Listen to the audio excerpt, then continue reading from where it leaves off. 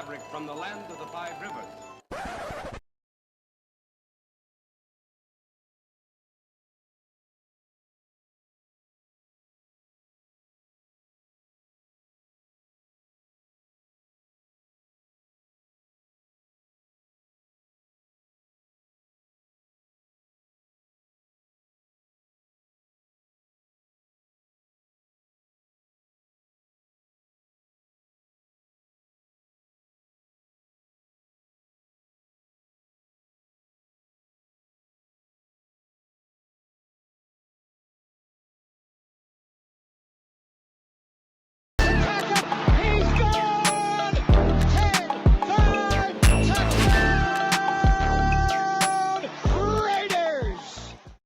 Years ago, when we came to Los Angeles, I really believed that the greatness of the Raiders would be in its future.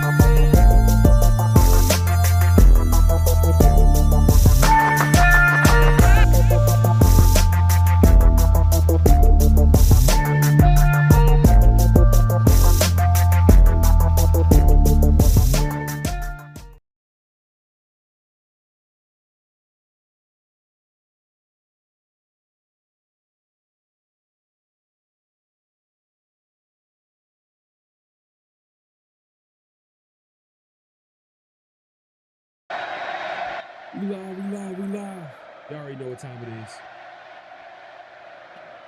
Oh, you didn't know? 50-50. Welcome to the 50-50 Show with PharoahNFL and the Severe Raider, the realest show for Raider Nation. The perpetuation of the greatness of the Raiders to take a professional football team and give it a distinct characteristic that's different from all others. Make sure to clock in, like, comment, subscribe, and hit that notification bell. Man, y'all already know what time it is, man. It's the 50-50 Show, one of the best late night shows out there, man. Make sure to clock in, hit that like button, hit that subscribe button, hit that notification bell.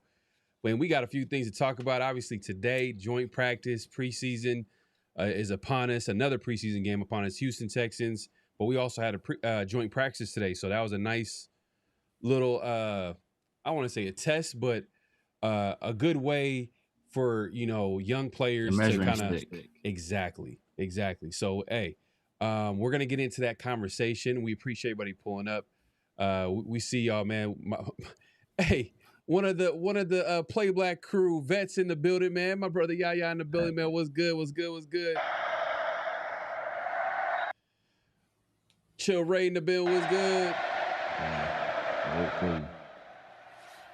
Ruben, what's good?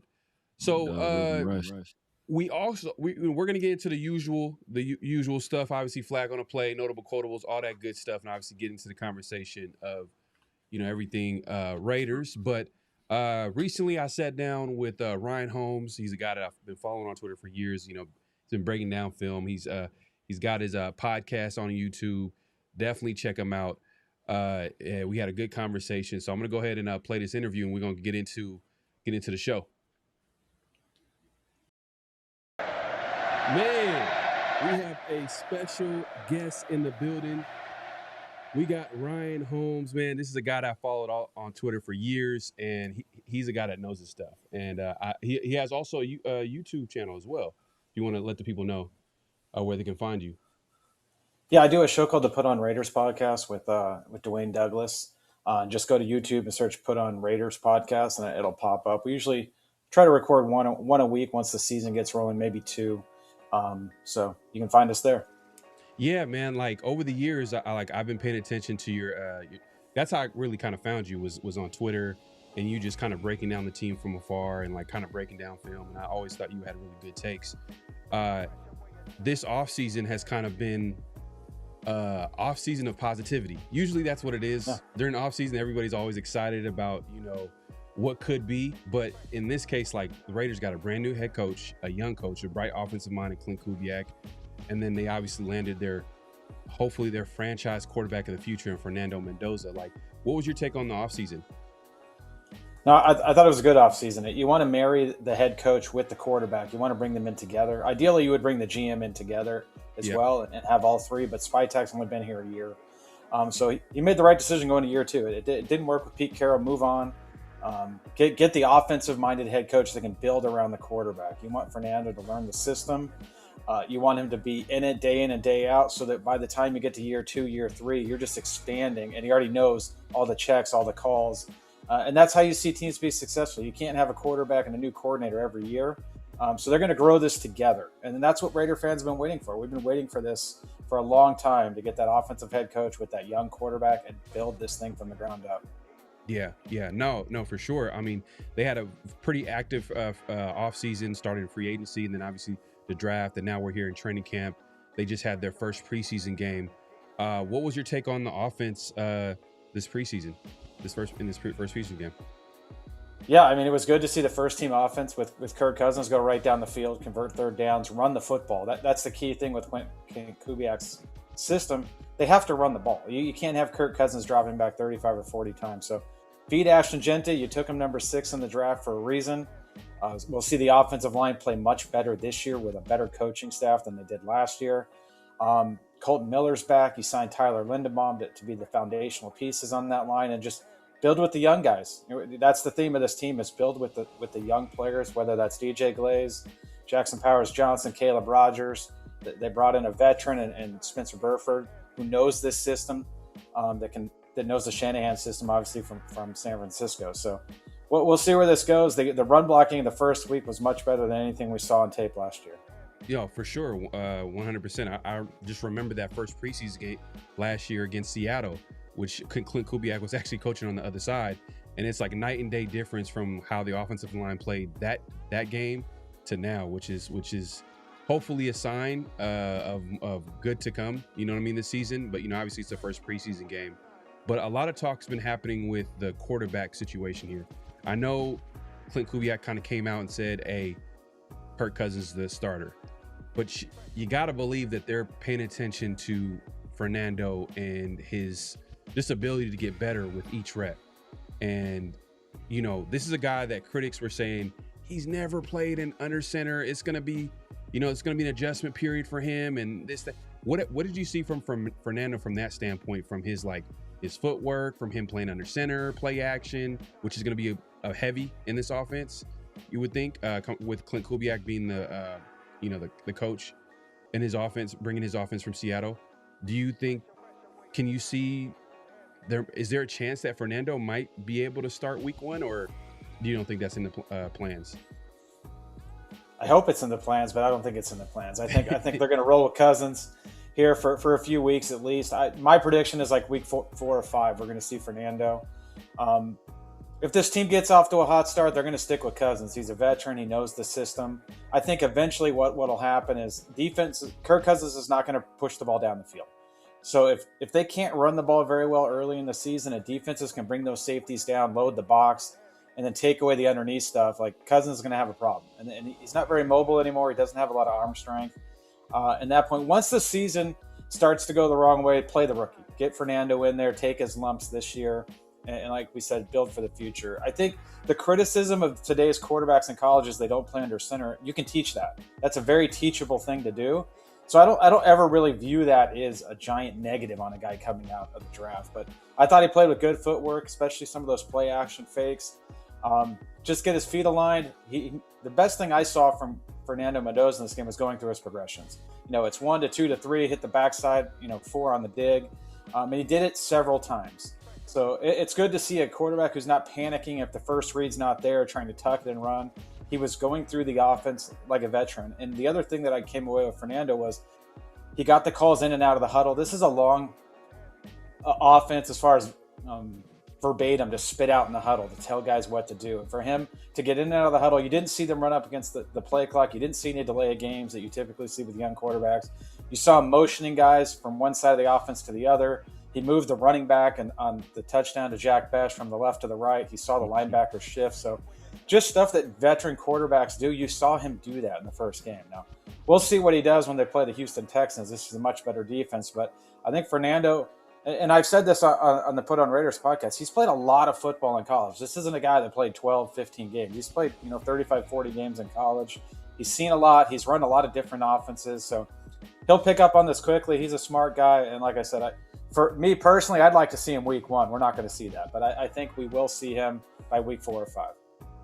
The reason why it can be I think it could be a conversation is that, like, I was just thinking about it, like, this is a guy that went from Cal to Indiana and he got so much better. Then this is the same guy in that Indiana season where he looked like a different quarterback from the beginning of that college season all the way to the playoffs.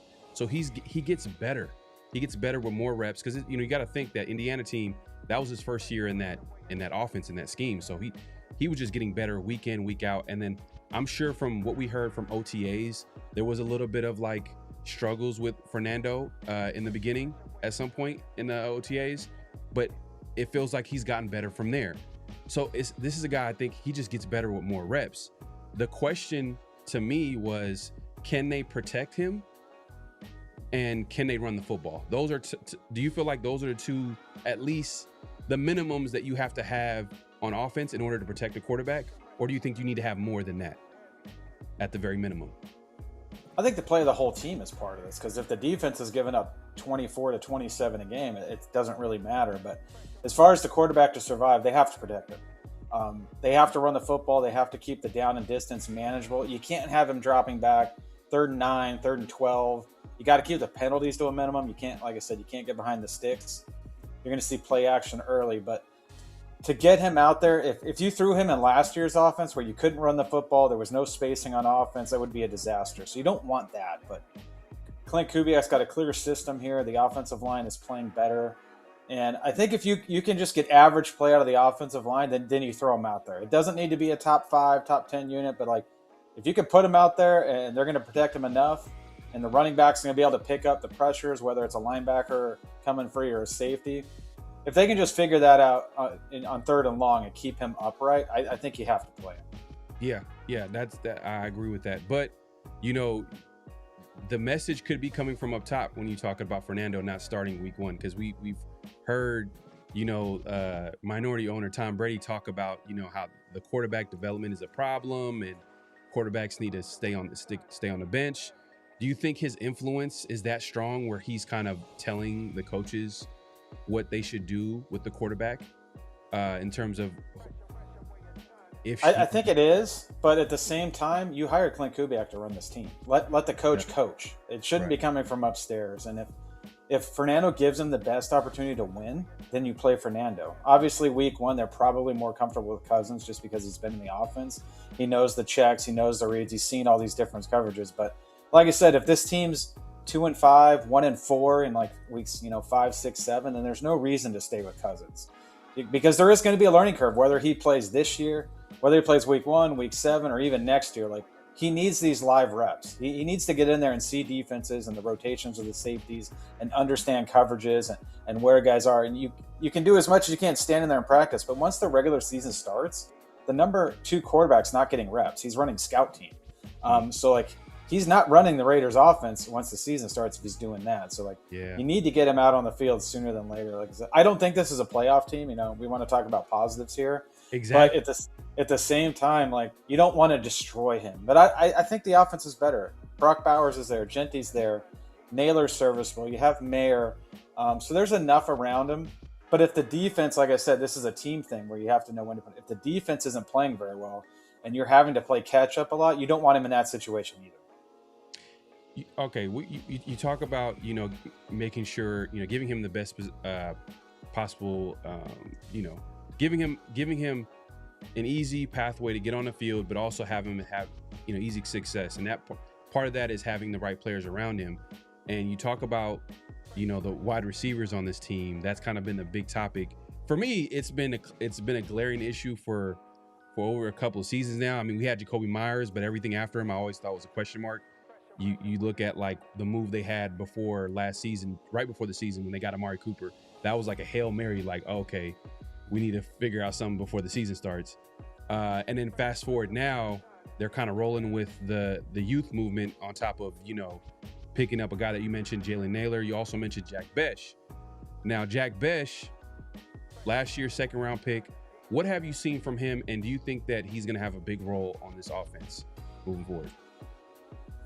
I think they're going to play a lot of 12 personnel, so I don't know how much we're going to see of Jack Besh. If Naylor and Tucker stay healthy, they're going to play wide receiver. You'll have packages where you bring in Besh, whether, you know, if they want to run the ball or on early downs, or you need him to come in and crack a safety. He'll be kind of that safety valve underneath, but the problem you're going to have is he's not going to win vertically. So he's a contested catch guy, but you also have Bowers and Mayer who are going to be those underneath targets too. So you can't have too many of them, and you're going to have the dump offs to the running back. So the best thing for a quarterback is to have a safety blanket. He has 2 of them in Bowers and Mayer. So the quarterback's got 2 guys that can win in the middle of the field, and you also have Ashton Genty or even Mike Washington out of the backfield. So I don't think you're going to see a ton of production from the wide receivers. I think I said yesterday, I recorded the Put on Raiders podcast, if Jack Besh gets 40 catches for 500 yards and 5 or 6 touchdowns, that's a good season. Because when you start lining up the pecking order of touches, you're going to give the ball to Genty and out of the backfield, hopefully 250 times. You're going to throw it to him 50. You're going to throw it 130 times to Bowers. You're going to throw it to Tucker. You're going to throw it to Mayer. You're going to throw it to Naylor. Jack Besh is 5th or 6th in the pecking order, whoever that wide receiver is. So they're not going to get a ton of balls, but when he does get opportunities, he has to make the most of them. Yeah. And they talk about Besh kind of being a guy that, like, will basically be a guy that probably will impact the run game because he's a very good blocker at wide receiver. So maybe when they go into 11 personnel, maybe it could be a situation where if he's a good enough blocker, like they say he is, you pair him up with Brock Bowers. It's almost like essentially a 12 personnel out there because he can run the ball because you got 2 guys. Like, because I'm comparing it to what the Rams kind of do with forgetting the name of the receiver that they have over there that essentially has the same role as Jack Besh. Do you see that happening as well? Like them kind of going to 11 personnel and kind of running the football and using Besh kind of as like another blocker out there and also being like an outlet receiver? Well, he played tight end his freshman year at LSU, so he's used to blocking inside.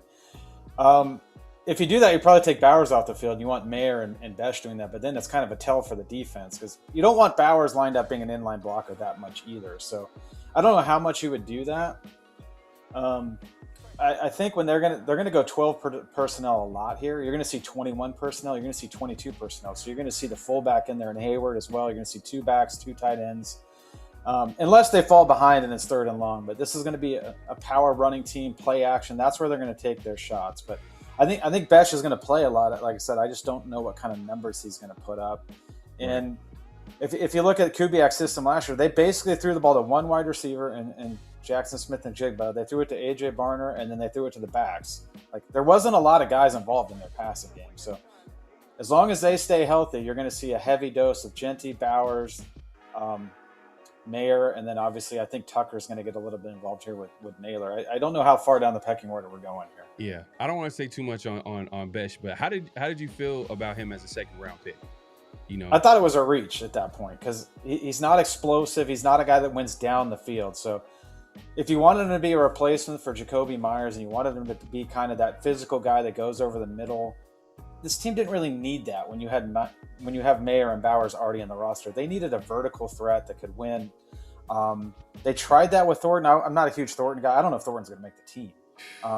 Man, I remember recording last year, like towards the end of the year, and I made a comment like in 3 years he's going to be out of the league, and people thought I was crazy. And now we're talking about like he probably won't even be on the team because he doesn't win. Like he's fast, he's big, but he's not a 50-50 guy.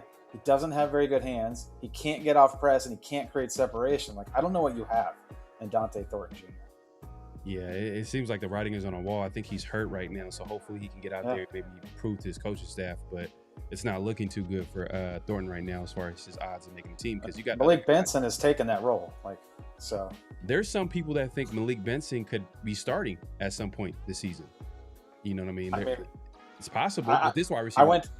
I went to training camp a couple of Mondays ago, and he stands out right away. Like he gets open, he can catch the ball. He's really fast. Now you need verticality in this offense to clear things out. So like maybe he's doing cardio, like if he's just running. But you have Tucker that's doing that as well. So those two guys are probably going to be your vertical guys to clear out everything underneath for everyone else, so everyone else can eat. Can't have everyone running, in the 10 to 15 yard route. Someone's got to be a vertical shot here. Right. So what did you see? What standed out since you were at training camp a couple months ago? What stood out to you that caught your eye on the team? I think the first thing was just watching Fernando stand next to Kirk Cousins and throw the football. It's night and day. Like Kirk Cousins doesn't have a lot of arm strength. He's not very mobile. And then you see Fernando rip it and you're like, yeah, like it's a noticeable difference in arm talent. Yeah.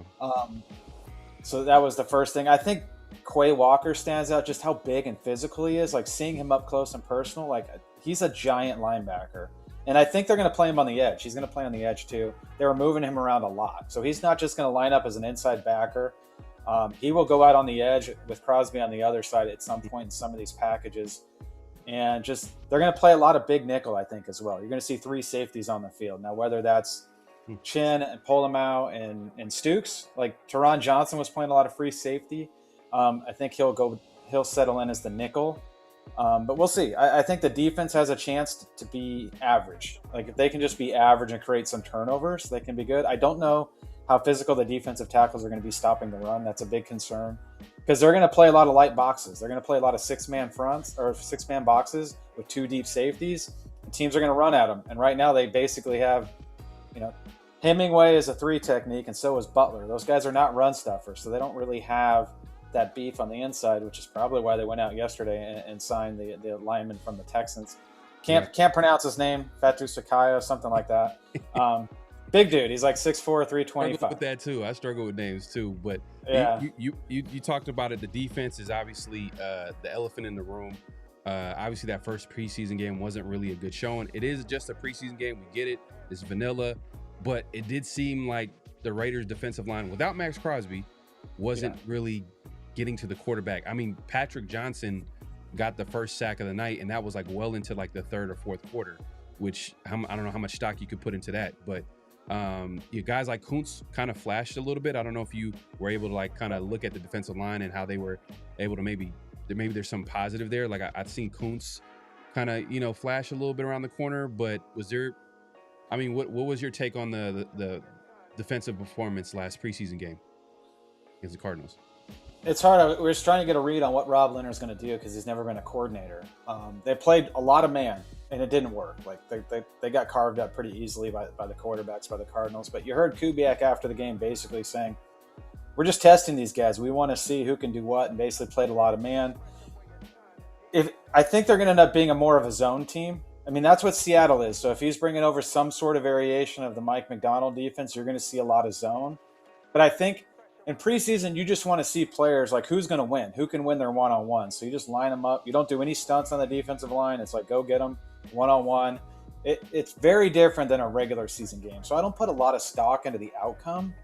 It's more, looking at players, their movement skills, their traits, do they flash, like things like that. So like we see guys all the time, like have big preseasons and not even make the team. Lewis Rankin back in the day. Like we could just start rattling off guys that were like, oh, this guy's going to impact. And the guys that are going to impact this team didn't really play. They played one series if they played that the first week. So the depth on this team is very, very young. I talked about this yesterday. Like if you look at the offensive line, your three primary backups are a rookie in Zune, Grant, and Rogers. They're all first and second year guys. They need a veteran. So they'll probably go out and get a veteran at some point that can play backup center, guard. They need that. I don't think Jordan Meredith's going to make this team. And then if you look at the defense, the second team unit on defense is all first and second year guys too. Eichenberg's a third year guy. So like they are very, very young. They need to stay very healthy with their starters to make a run here and get into the middle of the season. But we're going to see a lot of young players play, and hopefully, and that's what happens in a rebuild. Like I know a lot of people think this team might win 10, 11, 12 games, and I'd be excited if that happens, but I just don't see that happening. But I do think this team can win 7 or 8 games and have a lot of young players ascend and play better as the season goes on. And now you're cooking in 2028, especially once Fernando gets 8 or 10 games under his belt. Okay. That's a little bit of positivity than what I've been hearing the last few days. I mean, they won 3 games last year, so let's be honest. Like this team, if they can get to 7 or 8, they more than doubled, almost tripled their win total. Oh no, for sure. That's a successful season in my eyes. I mean, like literally, we all can see that this is a rebuilding team. As soon as you get a quarterback like Mendoza, number 1 pick, it's all about kind of his development the first couple seasons, and then after that, like you kind of hopefully, you can make a deep playoff run. But so speaking about the defense, the secondary is really young. Who do you think comes out? I'm going to ask for some predictions here. Who do you think is going to be the starting CB2 come week 1? Darian Porter. I think Porter's going to win the job. Yeah, I know Matt. And he looked good at training camp the day I was there. And he's big and he's long and he's a developing guy that hasn't played a lot of corner. I think you run him out there and we'll see.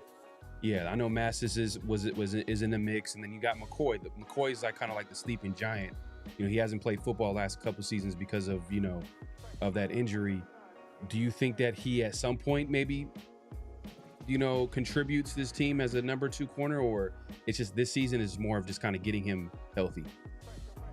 I think it's getting him healthy, but he's going to play. They're going to have packages. If they go nickel or they go dime, there's going to be situations get him on the field. I think they're going to take it slowly. They're not going to push it. You're not going to see him run out there. Get him integrated on special teams. Just get him used to being out running on the field again. The Raiders always have injuries in the secondary. They're going to need him at some point. I just don't think he's physically ready to go out and play day one. He hasn't played in 18 months, so we'll see. I think the one guy who didn't play in the game that people don't talk about is DeCamerion Richardson was good the day I was at camp too. Like he's a long, young corner that he's in the mix here. He was running second team during practice that day, so let's not sleep on him. He's going to make this team, and if they do want to play a lot of man, he might be a guy that gets more snaps than we think. Yeah, I think like the draft that he came out of, he was like one of the best athletes to come out of the draft corner. So yeah, I mean, maybe he's figured it all out this offseason. So that's something to keep an eye on. Another young guy in the secondary that was a second round pick is Tre'Don Stukes. He's a guy like we're not hearing too much about. There's a little slow start in terms of like him getting reps. I know you were there in training camp. Did you see him flash a little bit? Was he a guy that impressed you, or what did you see from him? And also in the preseason game. Yeah, I think he was fine in the preseason game. The one thing that you get when you're going to play 2 high safeties and then the other team's not pushing the ball down the field, you're not going to see him a lot. They're not going to show up on the broadcast view. He did miss a tackle in the backfield where he shot through. I think it was 4th and 1 or 4th and 2, where I think Jeremiah Love got to the outside. You'd like to see him make that play, but you'd like to see him be aggressive and get through that hole too. I think what's going to happen is he's going to end up being in the free safety, and Teron Johnson's going to play nickel. Now, if they go big personnel, then you can put Johnson at free safety. But Stukes is going to play plenty on defense, and eventually, I think he's going to be the backup nickel as well. If you're playing a light box, your nickel has to be physical. It basically has to be a linebacker and get involved in run fits. That's not Greedy Vance's strong suit. So, I know fans love Greedy Vance. He went to USC.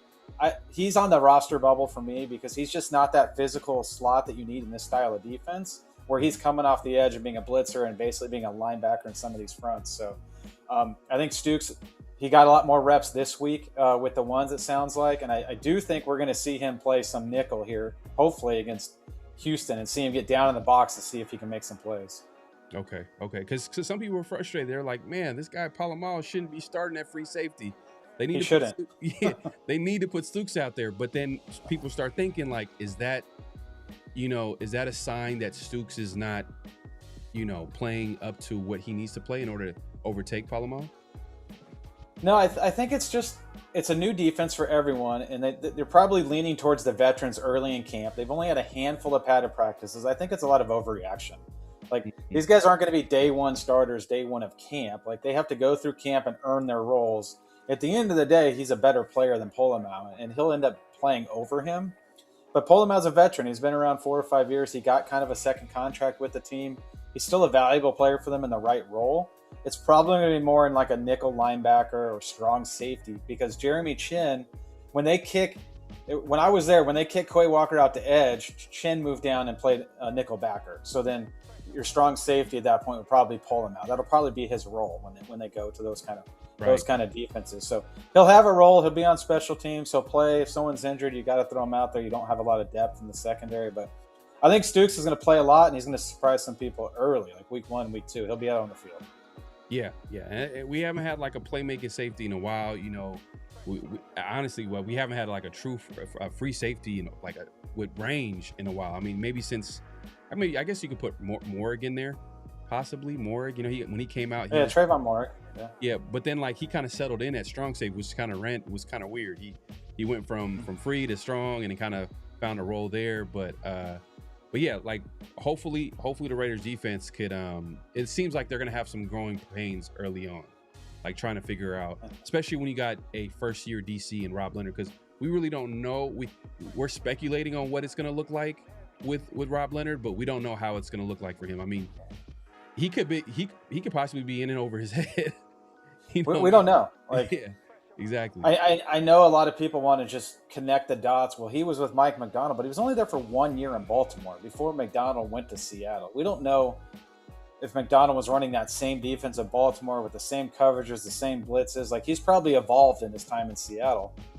Most of his career has been with Patrick Graham. So I think some of the foundation of this defense is going to be what we saw Patrick Graham do, and then he'll mix it in. But they're not going to come out week 1 and start throwing a bunch of exotic looks at teams. Like, the only way they can do that is they have to stop the run and get in 3rd and long.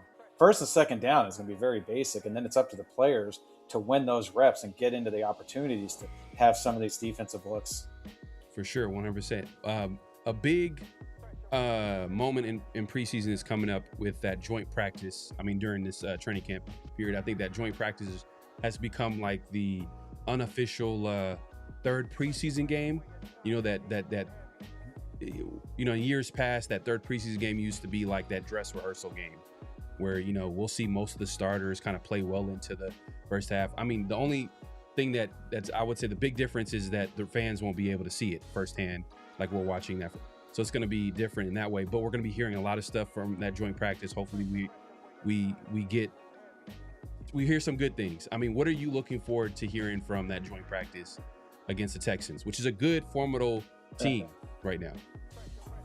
I think why coaches like the joint practice is they have control of every situation. If you want to run 10 red zone plays in a row with your first team offense against first team defense, you can do that.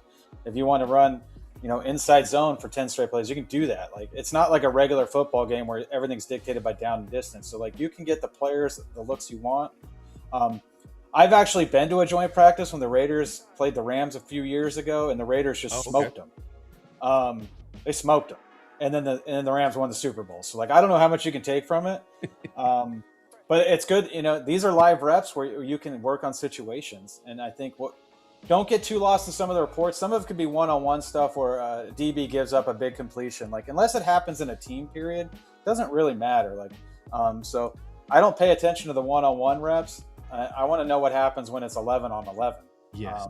So we'll see, but it's interesting. It should be it should be good. The Raiders are gonna have to run the football. Like, if they can establish the run and beat up on the Texans, that's a good sign. But if the Texans defense just dominates them, that's a bad sign.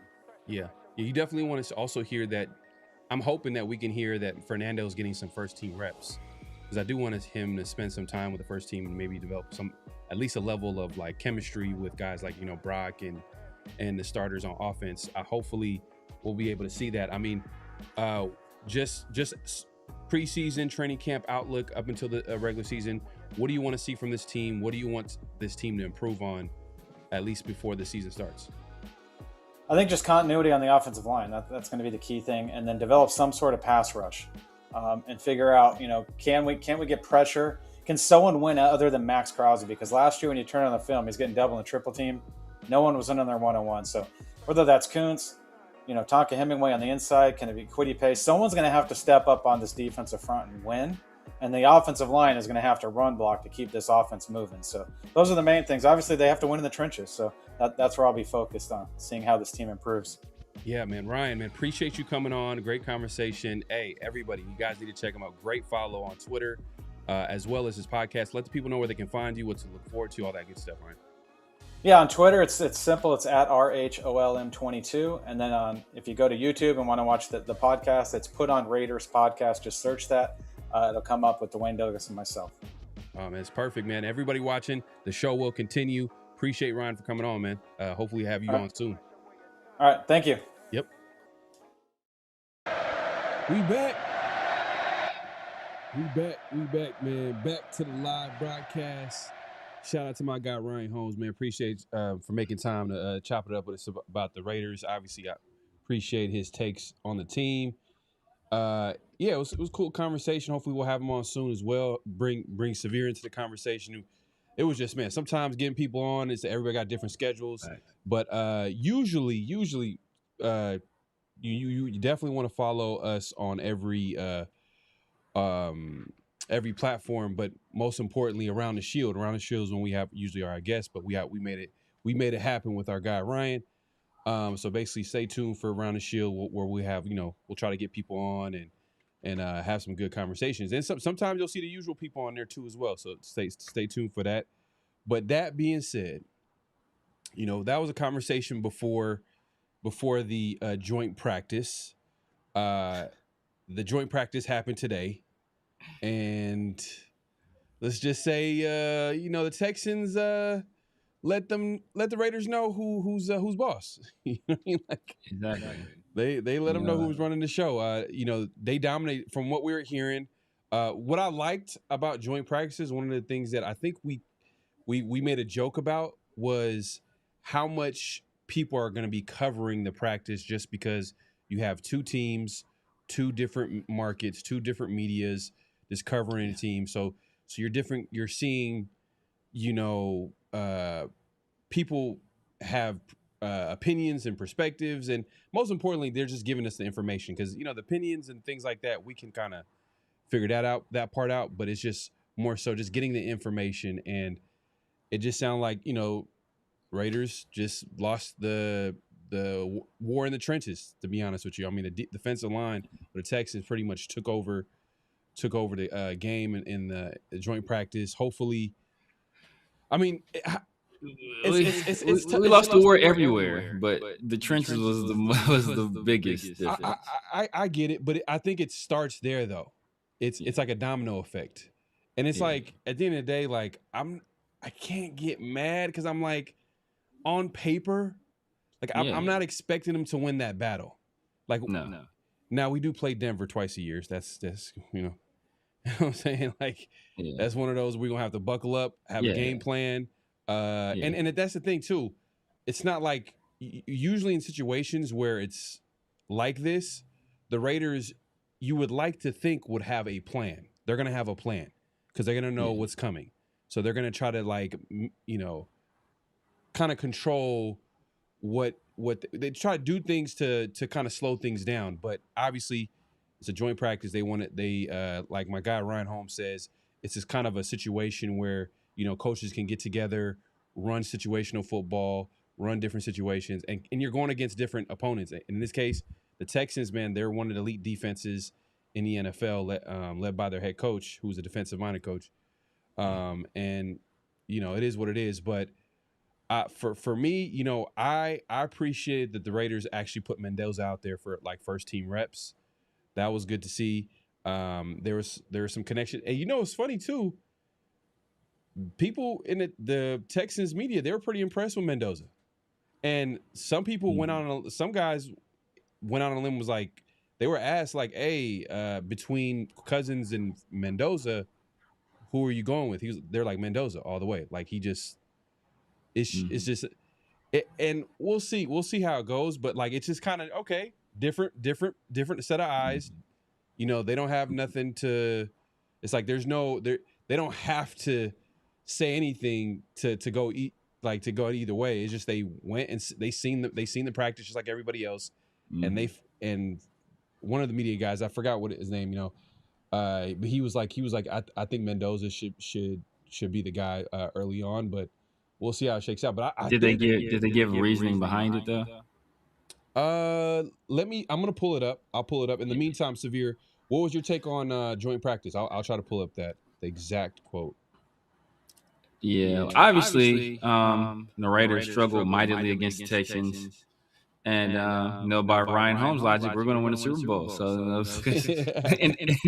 end of the season, y'all don't need to watch anymore. We're going to win a Super Bowl because we struggled in joint practices. But I mean, it was just pure, from what I heard, just pure domination. And like I said, that's why I question what do people see in Fernando Mendoza, because from what I was hearing initially, from what I was reading initially, like Fernando Mendoza had moments. He had some nice throws, but he also struggled on several occasions. He had a pick 6 in the red zone, and I want to say a play or two before that, Kamari Lassiter should have also picked him off. So he struggled with accuracy, struggled with decision making. So that's what I was wondering. And from all accounts, I think Kirk had an interception too, from what I recall. But other than that, he was. Obviously, the talent, there's a talent disparity there. Fernando Mendoza. Real quick, is it still an echo? Let me know. Is it an echo for Severe? Shout out to everybody pulling up. Make sure to clock in, hit that like button, hit that subscribe button, hit that notification bell. People in the chat saying there's an echo with Severe. Let me know. Let me know in the chat if there's an echo. Yeah, let me know. Check. I'm still echoing. Let us know. But yeah, so that's what I'm wondering, and which is to be expected. Like I didn't expect Fernando Mendoza to go out there, play lights out. Was playing one of the better defenses in the league, one of the better defensive minds in the league. And we already know what D'Amico Ryans does. They're by yardage, I want to say they were the best defense in the league last year.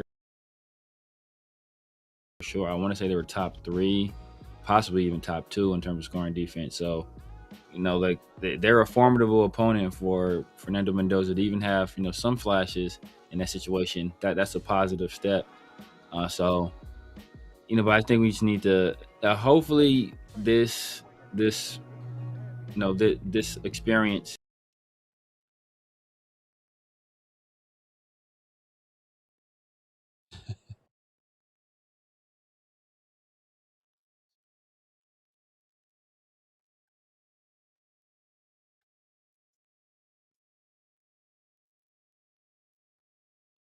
All right.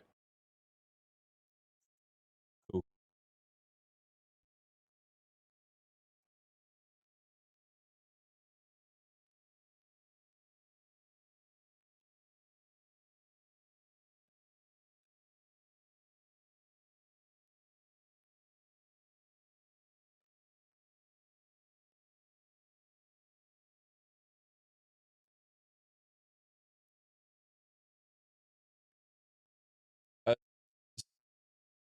Are you muted?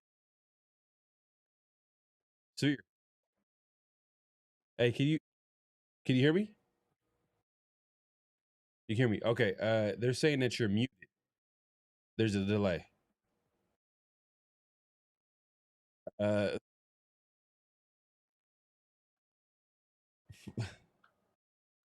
Yes, it was fixed for a second. So what we gonna do? Severe. What we're gonna do is, hold on one second. Let me try to. Do, do, do.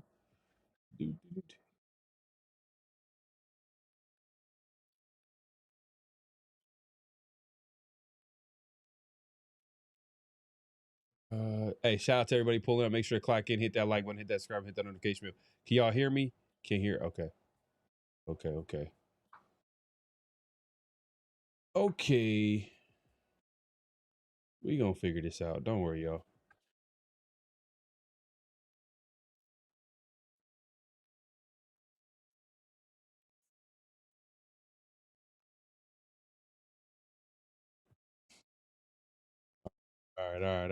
All right. So, Severe, if you can go ahead and come back. Yeah. Let's try that out. Let's check that out. All right. So, in the meantime, let's see. Oh man, I can't even duplicate this. All right, it's all good. Hold on 1 second. Hold on 1 second, y'all. Appreciate everybody coming through. Make sure to clock in, hit that like button, hit that subscribe, hit that notification bell. Why is my audio always working? Damn, it's just the show is just. All right, you about to get you about to go. You about to go. All right. Here we go. We getting Severe back in just a second. Yeah, the audio issues always be messing with you. Can you hear me? Nah, you mute. You mute now. Unmute yourself. You can't unmute yourself? Oh, damn. Man, don't tell me that the technical difficulties of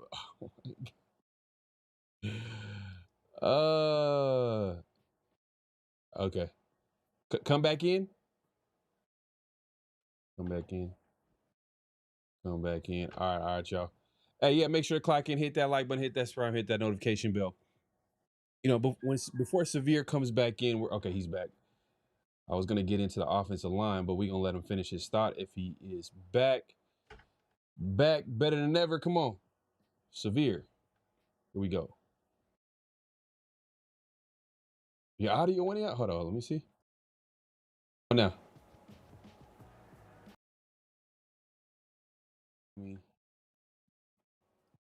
Let me see. How about now, Severe? Test. Test. 1, 2, 3.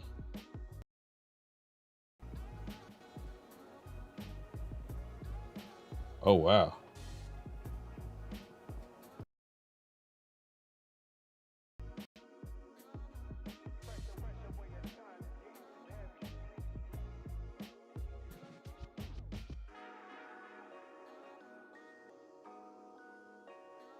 Everything's good on your end? Everything's good on your end?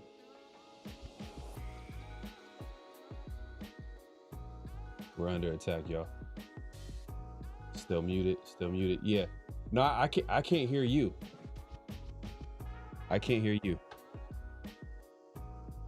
So I kind of see what everybody's seeing now. Before you left, I did hear you, but then I went to the live broadcast on YouTube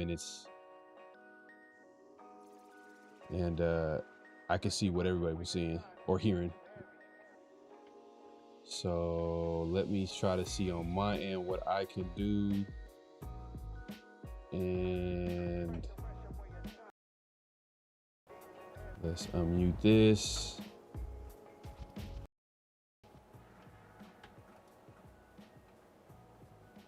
Test. 1, 2, 3.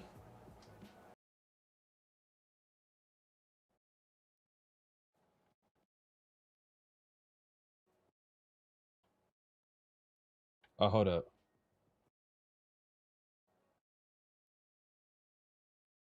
Can you hear me? I hear you. Can you hear me? Oh, yeah, I can hear you now. All right, cool. Man, let's see. Hold up. Why was it not working? All right. Can we hear? Chat, salute to the night crew in the building, man. Can y'all hear Severe? Let me know. I can hear him perfectly. Let me go to the live. Let me check this. Let me see this.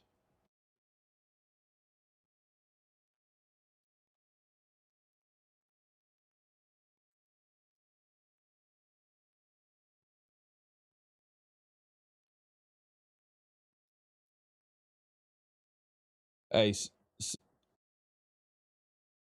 all right, all right. We good. We good. We good. All right. Ken said we good, man. I trust Ken. Chill Ray, I trust you. We can hear him. All right, I trust Chill Ray. Come on, appreciate y'all. Appreciate the night crew, man. I always trust the night crew, man. Let's go. Go. Yep. Yes, sir. We all good to go. So finish your thought, man. My bad.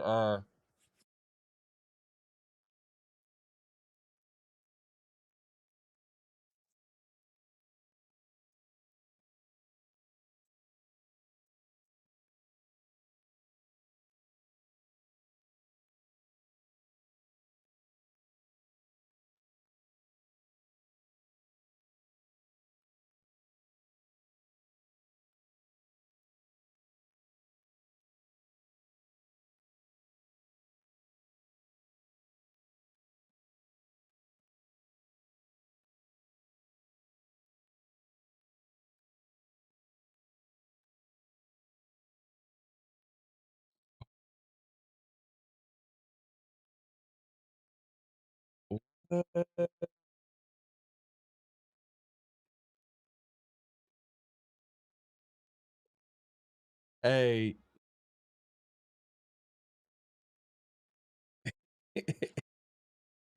They can't hear you. They can't hear you. Hey, this is how you, bro.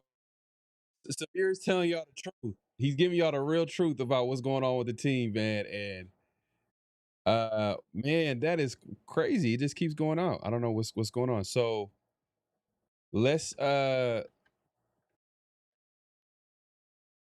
right, all right, all right. So okay. So it's only happening on your end. So let's see if you could come back in, leave and come back in. See if that works. All right, all right, all right, man. Salute to everybody pulling up. Make sure to clock in, hit that like button, hit that subscribe, hit that notification bell. Man, I wanted to get into the offensive line, man, because there is a big storyline, and I wanted Severe to be a part of this too. Hopefully, his uh his audio issues is working. Test, test, test. Yeah, I can hear you fine. It's for a second I didn't hear you earlier, but now you're good now. But what's happening is the live feed, for whatever reason, man, we were so good, bro. We were doing so good.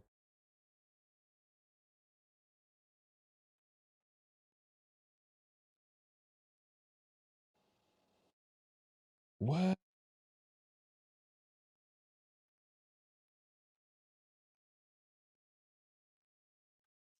Uh,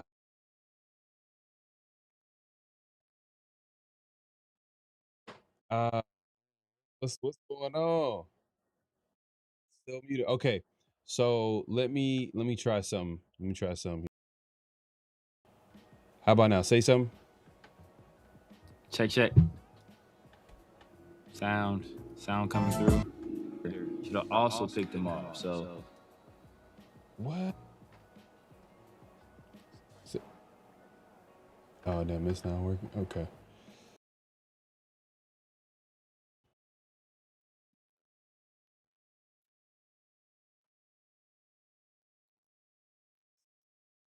Yeah, I can hear you fine. That's the weird part.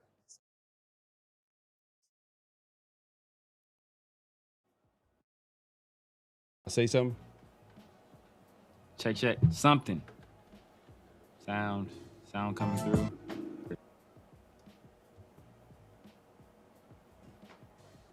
It's not working. Yeah, I can hear you fine. That's the weird part.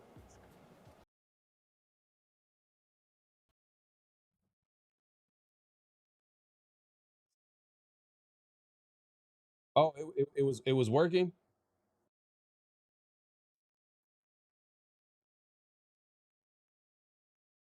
Okay.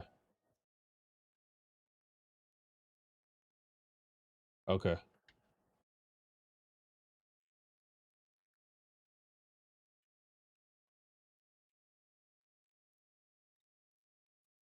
Wow, what is going on? Okay. Okay, now I'm muted. No, they messing with me now. Test, test, test.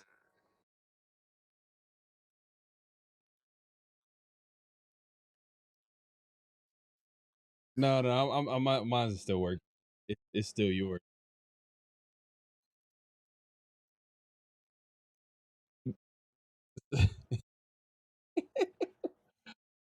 We gonna figure this out. We gonna figure this out. Hold on, bear with us, man. Hey, man, we was on a winning streak.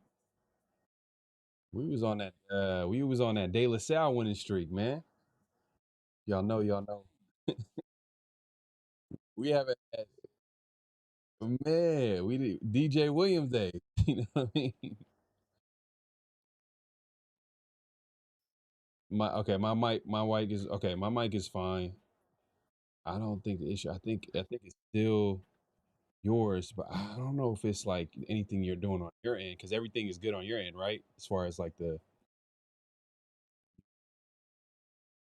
yeah, I can hear you fine. It's just I think the live feed can't hear you. Oh man,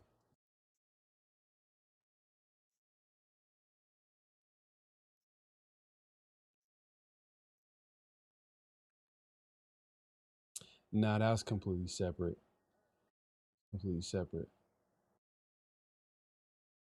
That's the weird part. Man, that is crazy. All right, whatever you did, go. The music came on. We could hear Severe again. Right now, we hear you, but no music.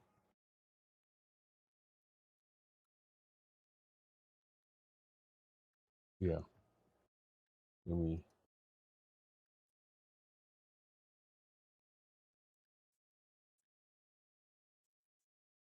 All right. We figured out, man. We appreciate the night crew and helping us out here, man, and bearing with it. Hey, we gonna get.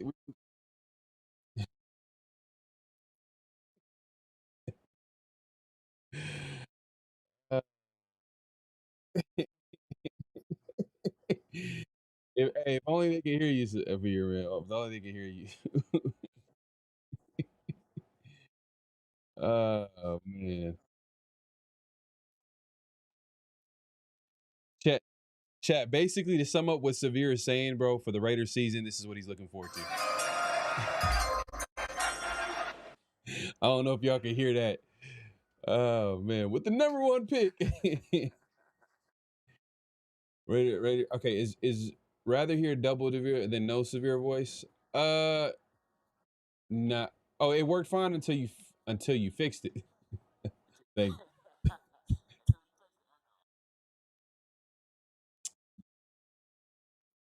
Okay. Okay. So I'm gonna change something real quick here then. Okay. Oh, watch. Just for that, Money Chuck. Just for that, Money Chuck. Just so y'all can read my lips, Money Chuck. I will talk about Ashton Genty being a bust. Oh man, hey man. So you can tell Severe is the biggest Ashton Genty fan. All right. Do you understand the words that are coming out of my mouth? Is it back now? Because what I'm doing is maybe it's. Sit there. We good? We Gucci? Ah, see? There you go, Money Chuck. Now you get to hear me talk about Ashton Genty struggling mightily in his joint practice. Against the team he supposedly cooked last year. The team that just overlooked us as a bad team and didn't give a damn about us. And now that they got our focus, shit look a little bit different out there, didn't it?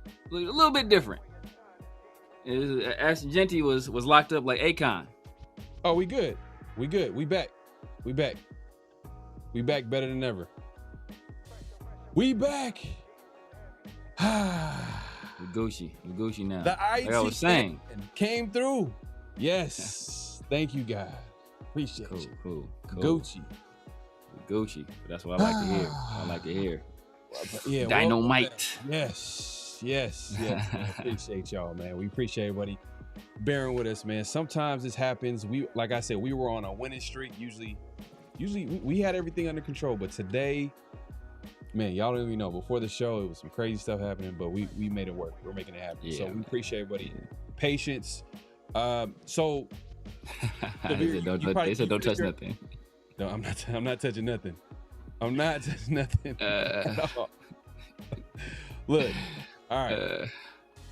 But yeah. So basically, you're talking about like Mendoza not having a good not having a good joint practice. But I'm not really mad. I wouldn't say not having a good joint practice. It was up and down. Yeah, up and down, and that's to be expected. He's a rookie quarterback going against a formidable defense with one of the best defensive coordinators or best defensive minds in the NFL. I expect him to struggle. Almost turned the ball over twice. Turned the ball and does something he traditionally doesn't do, which was turn the ball over in the red zone. And I think after practice, he kind of said himself that salute to my guy 805, man. We we just gotta got get 805 on here on Around the Shield, man. We gotta get you on for sure. Make that happen. Man, I don't think you can deal with me and 805. Because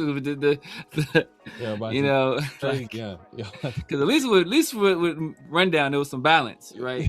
But even 805, bro, it's gonna be. It's just gonna be. But yeah, man, Mendoza had up and down practice. Kirk Cousins, we didn't hear too much about it, but I don't think he's not the story, so I don't think there's going to be as much attention. So you don't know honestly what kind of day he truly had. I think he did have one turnover, one interception. Yeah. But outside of that, people didn't talk a lot about him because he's not the focal point. Right? Everybody wants to talk about Mendoza. Everybody wants to talk about Browers, who he had the one big catch. And then he also had unconventional drop. And then Ashton Genty was locked up. Mike Washington had some success. It was basically against the tools though, so to kind of take that with a grain of salt. Aiden O'Connell had a real nice completion. I saw it to Malik Benson, but the biggest story was we were dominated in the trenches, both offensively and defensively. So that's going to be an issue. Can we trade Mendoza for Ty Simpson? Damn. Hey man, Kurt Warner had a breakdown. I want to see it because I think Chris sent it to me in 805. Mm-hmm. He broke down both of their preseason performances. So I'm interested to see it. Just looking at the banter back and forth between 805 and Chris, it looks like he had more nice things to say about Ty Simpson than he did about Fernando Mendoza. So it's DJ BNAM, Texan reporter for ESPN. He was asked. So his original is okay. Mendoza has made multiple tight window throws today where defender just missed the pass. And then someone asked him, from a Raider fan, what have you saw today? Which today should Fernando start over Kirk, or do you think they should stick to the plan and let him sit? And he said Fernando all day. So who was that?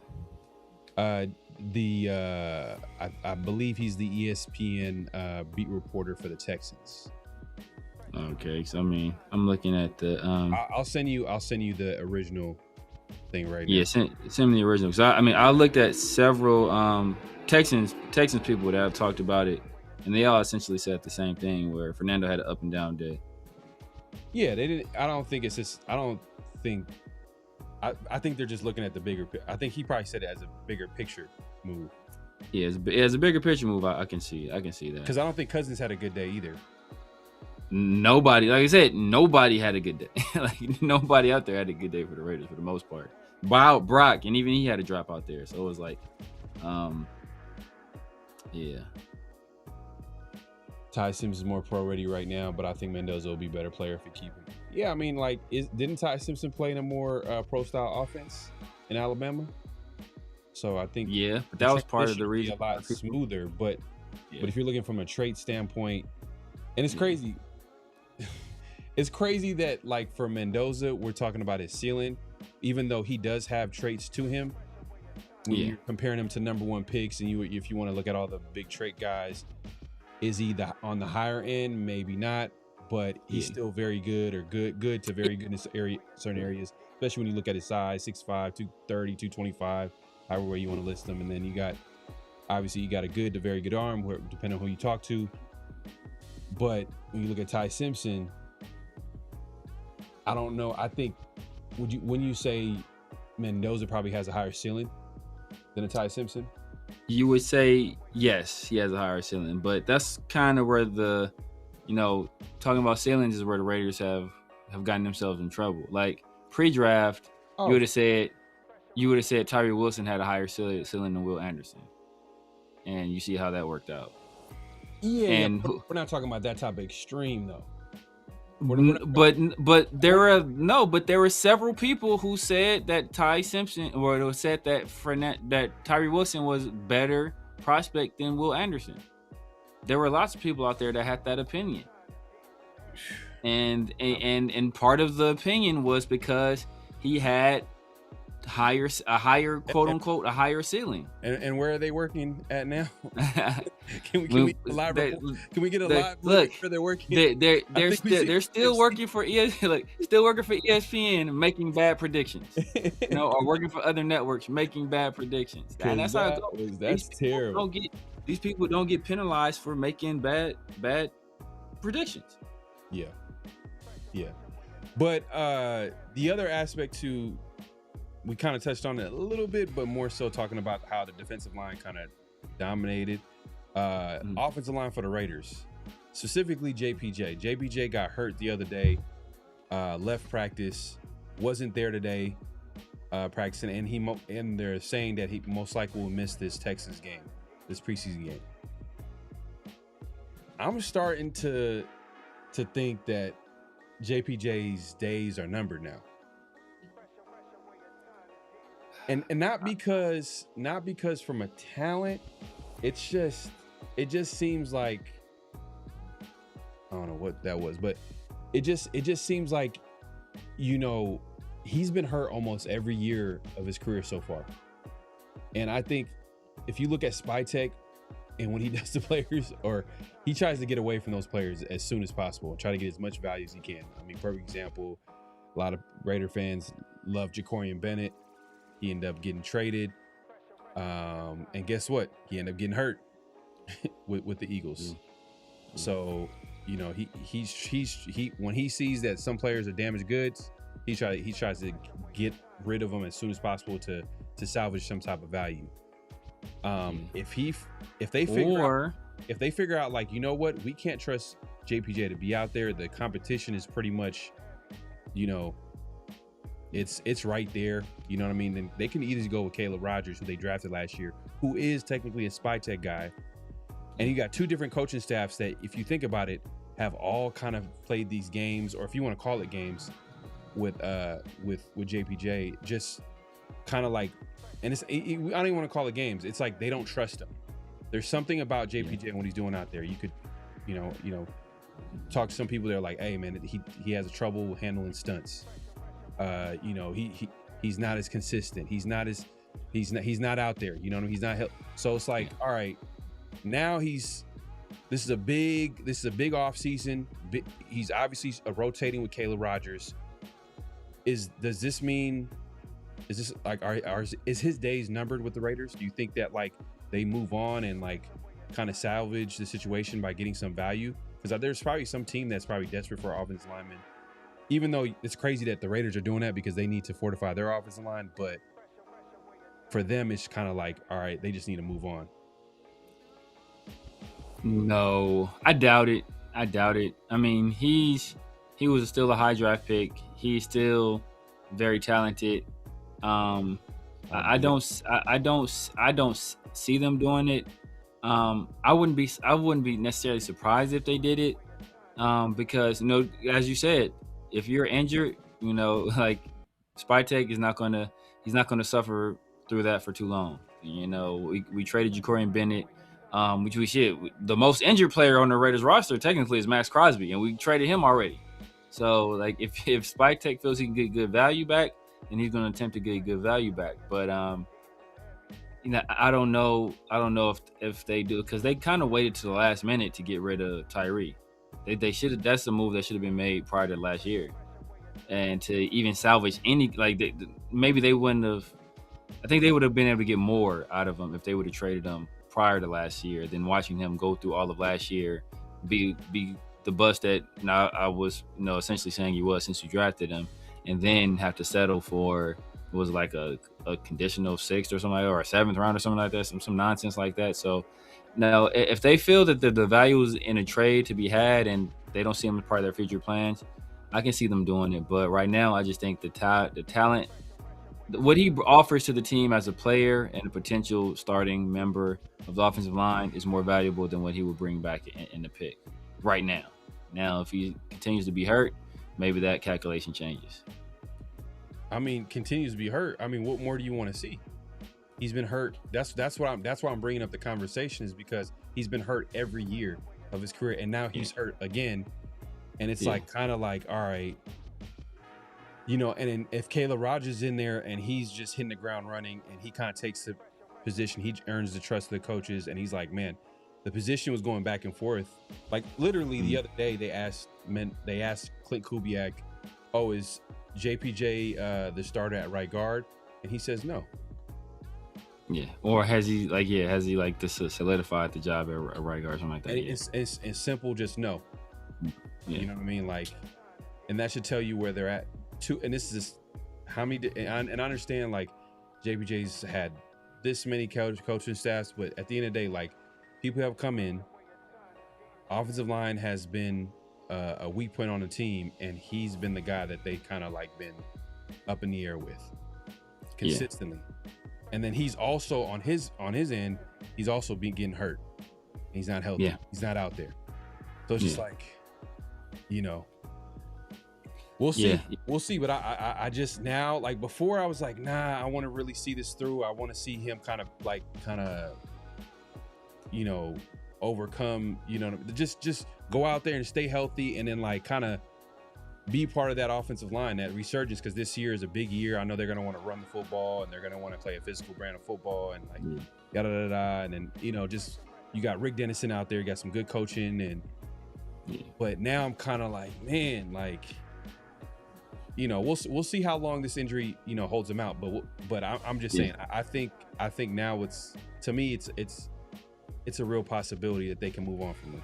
For sure. Yeah, the best ability is availability, right? You can't help the club from the tub. So if you're not on the field, bro, like, well, what are we keeping you here for? So yeah, if this keeps up, it wouldn't surprise me at all. Or if Caleb Rogers makes it close enough to where, they can feel that the drop off isn't too much, then they'll take whatever compensation they can get for JPJ, even if it's below market value, just because he's not part of the plan. Yeah. Yeah, for sure. They asked Clint Kubiak if Fernando is going to be playing this preseason game. He's going to play a lot of reps on. I kind of like the approach they're going with Mendoza. Give him as much reps as possible. Don't let him hey, this is a guy that gets better with more experience. Because if they're going to roll with Kirk Cousins as a starting quarterback, once the season rolls around, there's not really going to be that many reps to go around during practice and, preparing for a game. You know what I mean? He might run scout team or something like that, but like he'll run scout team.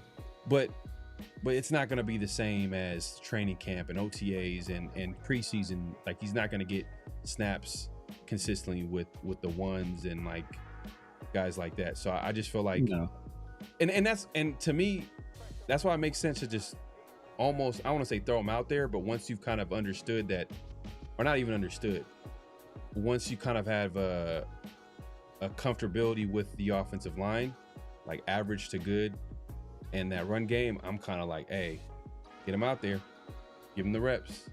You know what I mean? Because you now have it. You now have created an environment where you can protect them. Because that was like the main argument with putting Mendoza out there. And I know we've had this conversation, we talked about it before, but I just think that like I said, this is a developmental year. It makes sense. Get him out there. If the question is protecting him, and that if Rick Dennison comes to the coaching staff or Clint Kubiak and confidently says, yeah, we'll be able to protect him and this and a third, and he feels confident with running the football with Mike Washington and Ashton Genty back there, and Brock Bowers Brock Bowers looks like he's gonna have a big year, and it seems like we finally have like a really good offensive system. I mean, you could probably say this is probably the best since Gruden. Gruden was pretty good in terms of offensive football, but as a play caller, I think he was a little rusty in certain situations. The year we had with Josh McDaniels, I mean, we put up our offense. I want to say our offense was top 10 that year. Just that we just didn't win games. We didn't put away games. Our offense was rolling. Josh Jacobs led the league in rushing. You know what I mean? So, Nah, it was inconsistencies. There were some inconsistencies. You don't remember, brother. Our offense was rolling. Our offense wasn't the issue. There were some inconsistencies because there was games where we were up and then we just lose. Yeah. What happened to the offense then when the team comes back? We couldn't continue the momentum that they had. A lot of that was turnovers. Yeah.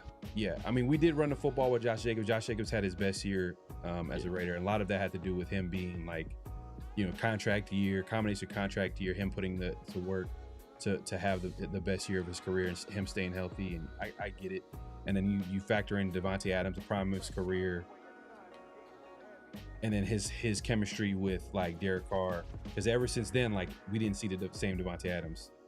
So that's a whole different conversation. But yeah, I wasn't really tripping off like the Raiders getting dominated from Texans. This is kind of like, hey, look, if you're being honest, like the Raiders, this is a developmental year. I'm not my expectations aren't too high as far as what they're going to do this year.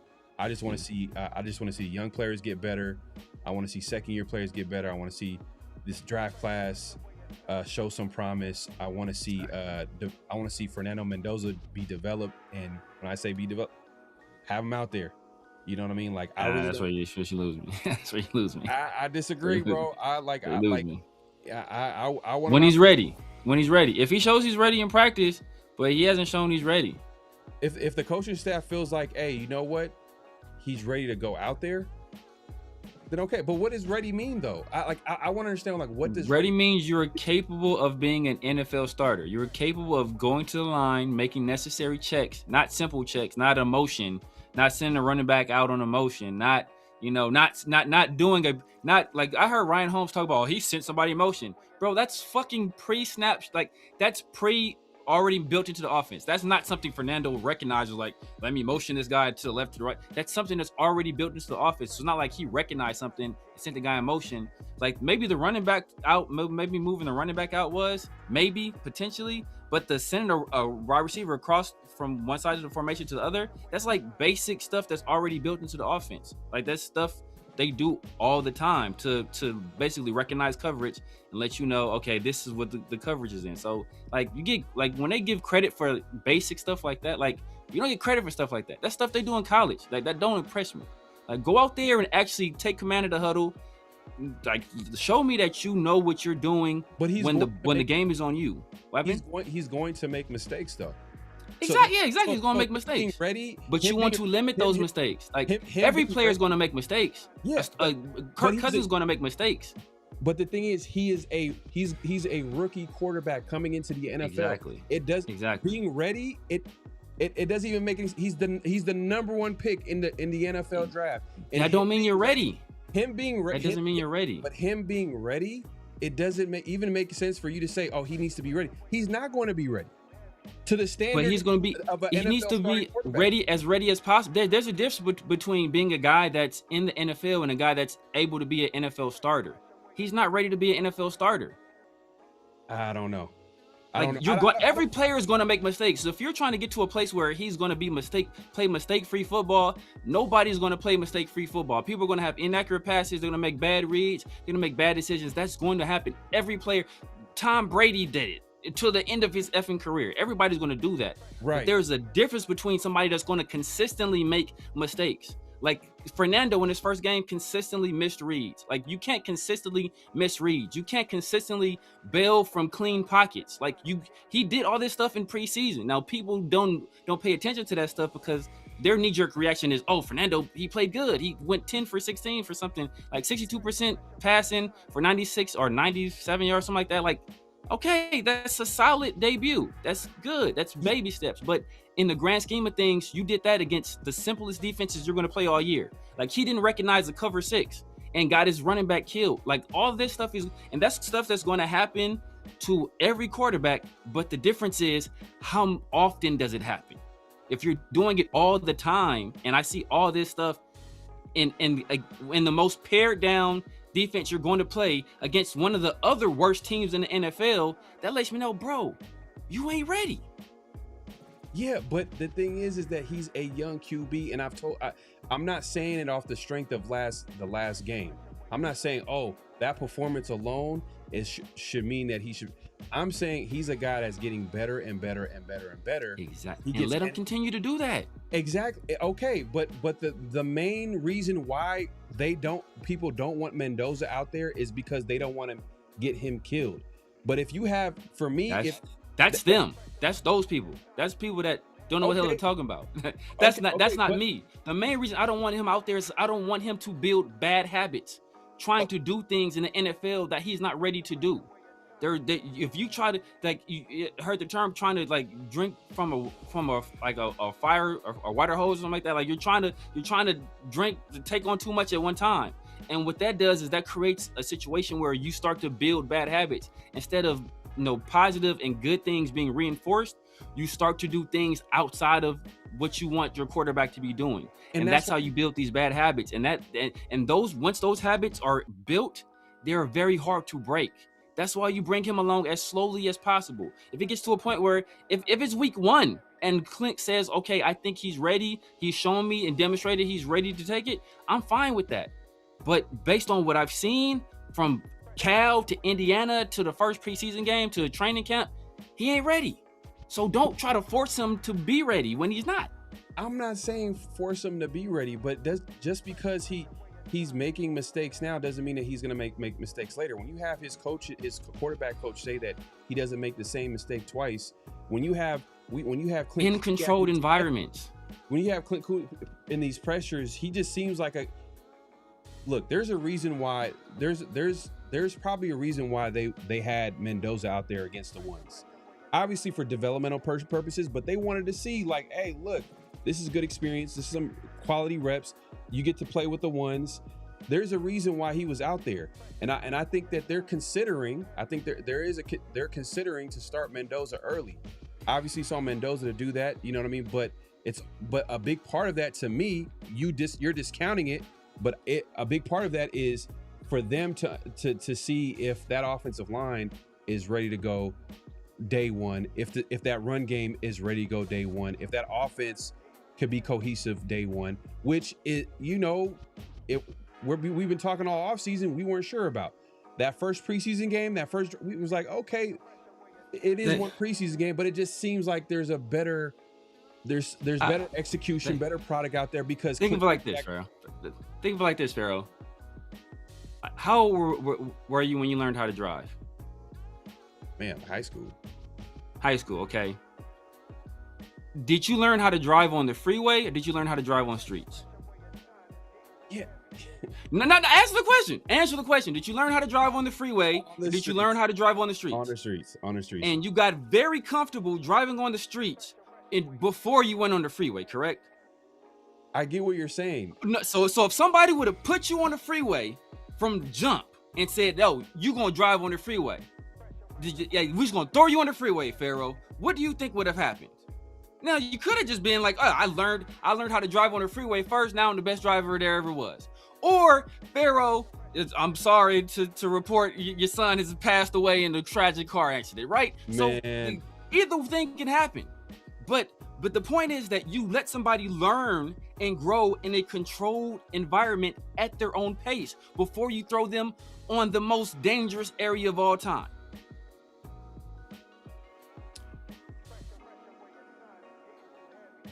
Let's talk about most success quarterbacks usually sit there for a half season or more. No, that's not true. What are we talking about?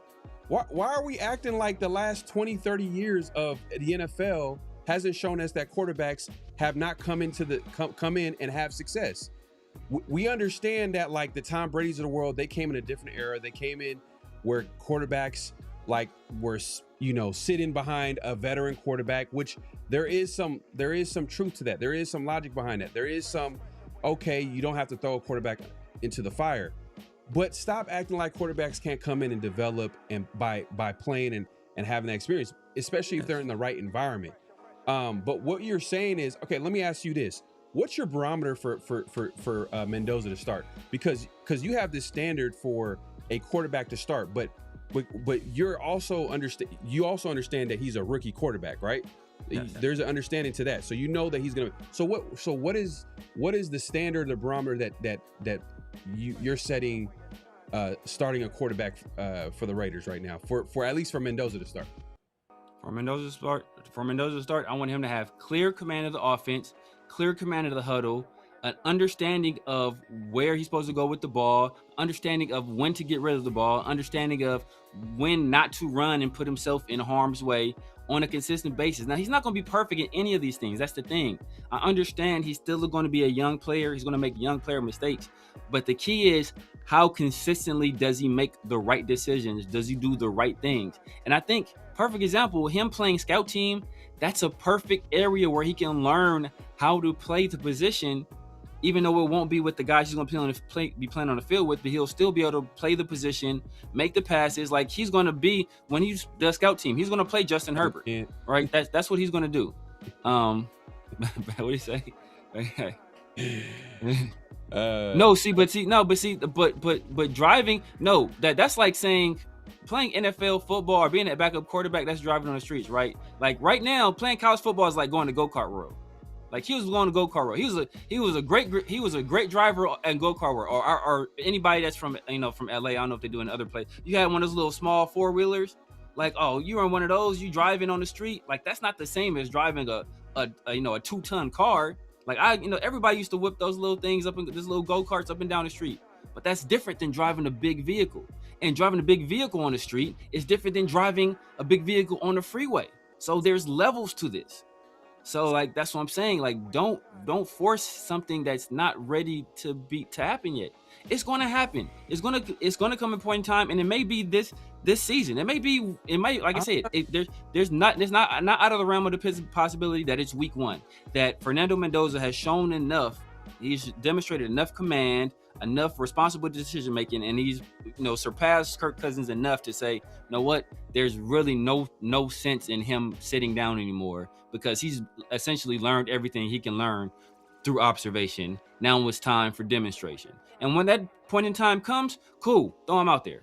But until that time happens, then we can only do damage to a ball of clay. That's all we can do. It's like what you guys are trying to do is like, it's like if you're baking a cake and it says bake at 350 for 35 minutes, and you're like, well, shit, if I bake it at 450, I can cook it in 15. Like, no, that's not how it works. You're gonna burn that motherfucker, and then you don't waste the cake. Look, I'm not saying just throw Mendoza out there. What I'm saying is the guy he's showing that he gets better over time. He gets better with reps. You got one of the best offensive minds in football. You got one of the best play callers in football. If you have an average to good offensive line, if you determine that after training camp that you feel good about your offensive line, you're able to run the football, then you're able to put an environment around him for him to be successful, for him to make mistakes.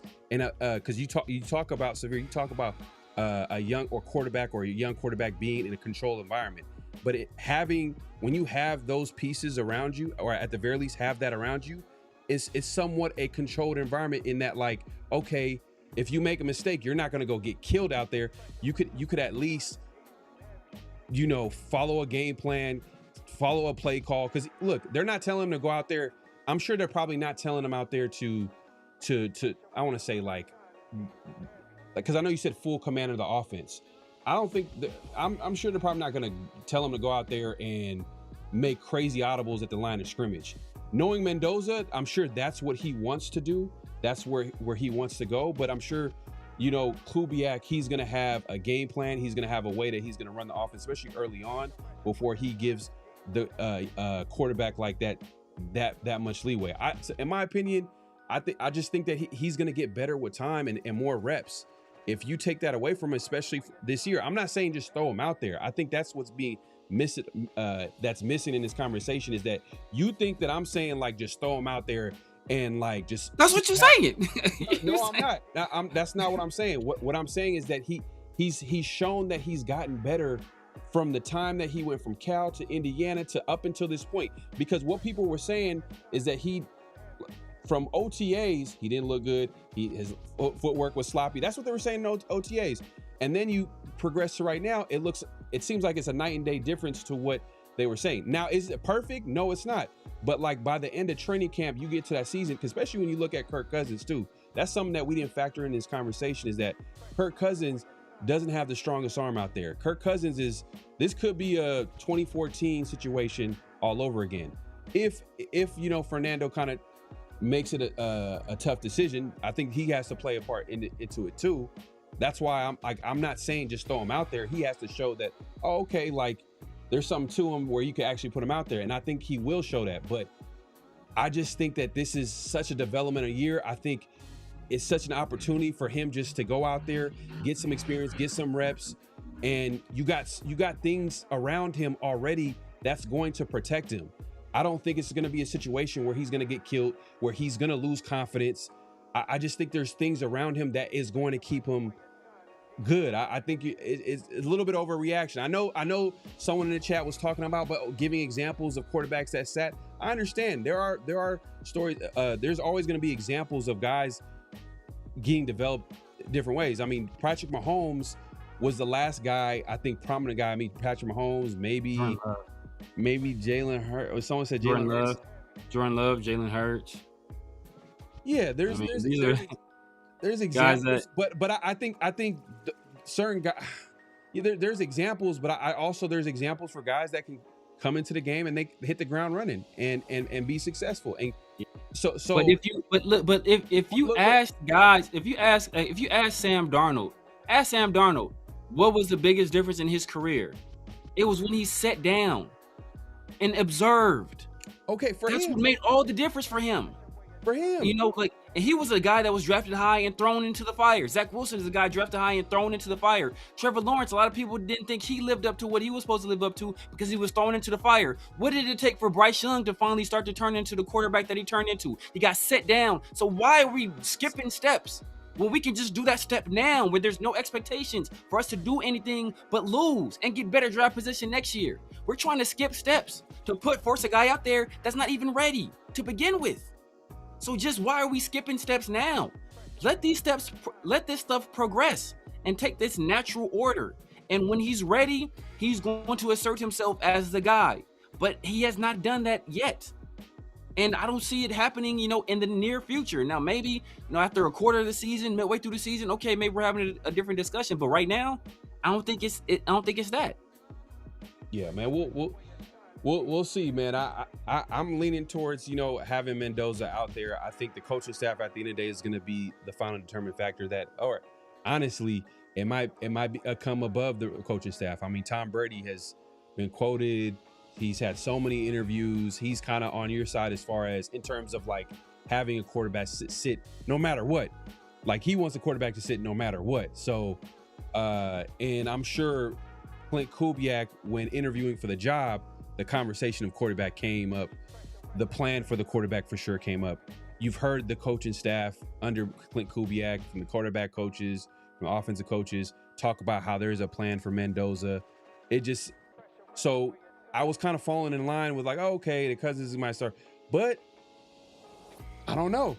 There is a possibility where, I think Mendoza has a chance. And if he does have a chance, I think that's a great opportunity it's a great situation for the Raiders, because now you can put him out there. Now you can have him gain valuable experience and then have him come back year 2 with an even better Raider team with even valuable experience that he had. Now, if it's a situation where, he's not ready, on top of, the pieces around him not being all the way there, which is not, obviously we talk about the receiver core not being all the way there, but you got Brock Bowers, you got Ashton Genty, Mike Washington, offensive line, look like they're going to be running the ball. But I think the big thing, though, that you didn't bring up that might stop Mendoza from starting early on is the defense. Because if the defense is terrible, then you automatically take away the run game. And then now you put them in like really tough situations early on. And then you also have to factor in the scheduling. So, I'm kind of that too. So that's you didn't bring that up, but I was like, that's the tough situation that I'm like, I don't know. But But yeah, man, I just don't even trust the supporting cast though. That's the thing. I don't trust. We're already saying we might trade JPJ and start a second-year player. There are question marks about Glaze. Tyler Linderbaum, he's solid as a rock, but Burford, he was mid as hell in the first preseason game. You can even lean towards saying he didn't have a good preseason game at all. And Colton Miller, he's been oft injured himself. So now you got question marks all across the offensive line. You're potentially trading your second round pick from 2 years ago. You got a guy who was your third round pick 2 years ago that you're thinking about, or fans are really wanting to move on from, who's getting killed in practice.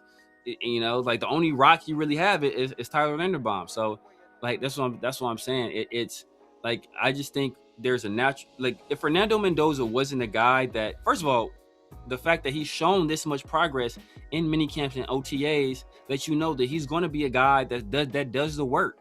He's going to do the work. So he's going to continue to progress and get better naturally. So let that just happen instead of trying to like throw him out there. And I think that if it's a situation where it gets to week 1 and Clint looks at both quarterbacks and says, you know what, I feel completely comfortable throwing Mendoza out there or having Mendoza as a starter. It is not a situation where he just feels like, because that's what I mean.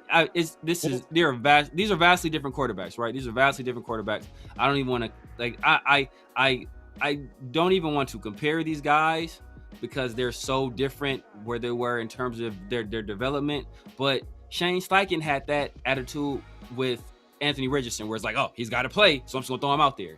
Where I think that if Anthony Richardson, if they would have just let it slowly progress, would he ever be a top NFL quarterback? Probably not, but I don't think it would have been as bad as it looks now, right? So I just think it just, Fernando Mendoza just needs time. He needs time. Yeah, but there's a lot going on with that whole Anthony Richardson situation. You know what I mean? People are going to talk about the football side of things, his experience, and this is why you don't take grabs for quarterback. That, but like, I think there is also like a trust, confidence issue going there. Like, they should just, man, I don't know why they haven't traded him yet. I heard Ed Dodds come out the other day say like, Anthony Richardson should, they want to keep him for depth purposes. That could be just like, trying to increase his trade value. That's what increase his trade value, but they're saying it because they did deal with injuries last year at quarterback with Daniel Jones, but still. Oh damn! We got a super chat up here. My bad. Space Beast. I missed. I've been talking so much, man. Where's my dog? My guy, Space Beast with the super chat, man. Appreciate you. Left tackle Grant, left guard Zune, Linderbaum at center, Rodgers at right guard, right tackle, Glaze. See, but I don't even think that's my issue with, I don't even think they're having anybody compete with Burford. That's the issue I'm having. Nobody's even compete. Burford just over there being ass and just living carefree, like not a care in the world, because nobody's really challenging him. And that's my issue with it, where like you just basically, grandfathered his position in because of he came from the system, I guess, with the 49ers or a similar system. Like, bro, make this dude compete. You making JPJ compete for whatever reason they may have. We'll make Burford compete for his spot as well. It doesn't seem like that's the case. Yeah. Zune right now, he's the backup right tackle. That's where they had him. I think they moved him around a little bit. They even had him at right guard at some point. They had him at center, right tackle. I don't think they ever put him at left guard at any point during the offseason. Maybe during the OTAs, possibly. I don't know. But they're looking at him exclusively for right now. Like, it seems like his best way to get on the field is at right tackle because he's backing up Glaze. Rodgers. See, I know you mentioned that, JPJ, I don't know about. Well, Rodgers and him are going back and forth. So they're competing, and they feel good enough with Rodgers where they're like, we want to see first team reps with Rodgers. We want to see him out there as well. But Rodgers is the guy that's like, they're having him claw and compete from where he's at, coming, third round pick, new coaching staff. Like, JPJ is kind of the guy that, was drafted. I think he was drafted in the second round with when the Telesco era, that 1 year that he was with the Raiders, drafted in the second round. So he's not a spy tech guy. So that could be possibly motivating a lot of the talk of JPJ probably not being here, is because spy tech probably is like, you know what? hey, he's not out there. You know what I mean? He's hurt, so we might as well try to get as much value as possible. But we appreciate when it comes to he might go to a team where he can play center and then show why he should have been playing center. Maybe, but some people question if he has the mental capacity to play center. You know what I mean? But know what the reason for that is because in this system, it depends on what system you're in. Because in this system, the center makes a lot of protection calls. Like in the Josh McDaniels system, it was the quarterback that did everything. So if you're in a system where the center has to do all of that, then you need a guy that's highly intelligent to be able to do that. But if you're not, if you go to a system where, like, hey, I don't know what the center looks like in New England, but you mess around, let him go to New England where he can, and I think he can function in that system because he has a guy in Drake May who's going to be making all those calls, and it's not going to be on the center's plate. So the good centers can take on that responsibility. I'm not saying the good centers because there are good centers that didn't have to do that. I'm thinking Rodney Hudson. Now we got Linderbaum. You know what I mean? Yeah. In years past, like I'm thinking of guys that took on that responsibility. I think Derek Carr, I think he eventually took on that responsibility a little bit, but Rodney Hudson early on, I think his career was doing a lot of those calls, which made it easier for Derek Carr to just kind of like stand back there and make passes instead of like, get into a line and trying to make protection calls. So it depends on what the offensive coordinator / head coach likes. But we'll see, man. We'll see. So, hey, man, I think we didn't get a chance to talk about the defense. Defense struggled. Terrible.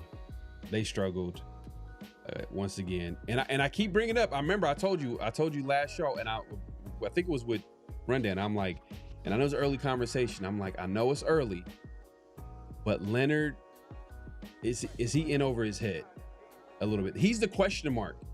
That is still going to give him time. It's super early, but he's a big question mark in that he was a first time DC, and this could be a situation where Kubiak, he was hired after the Super Bowl.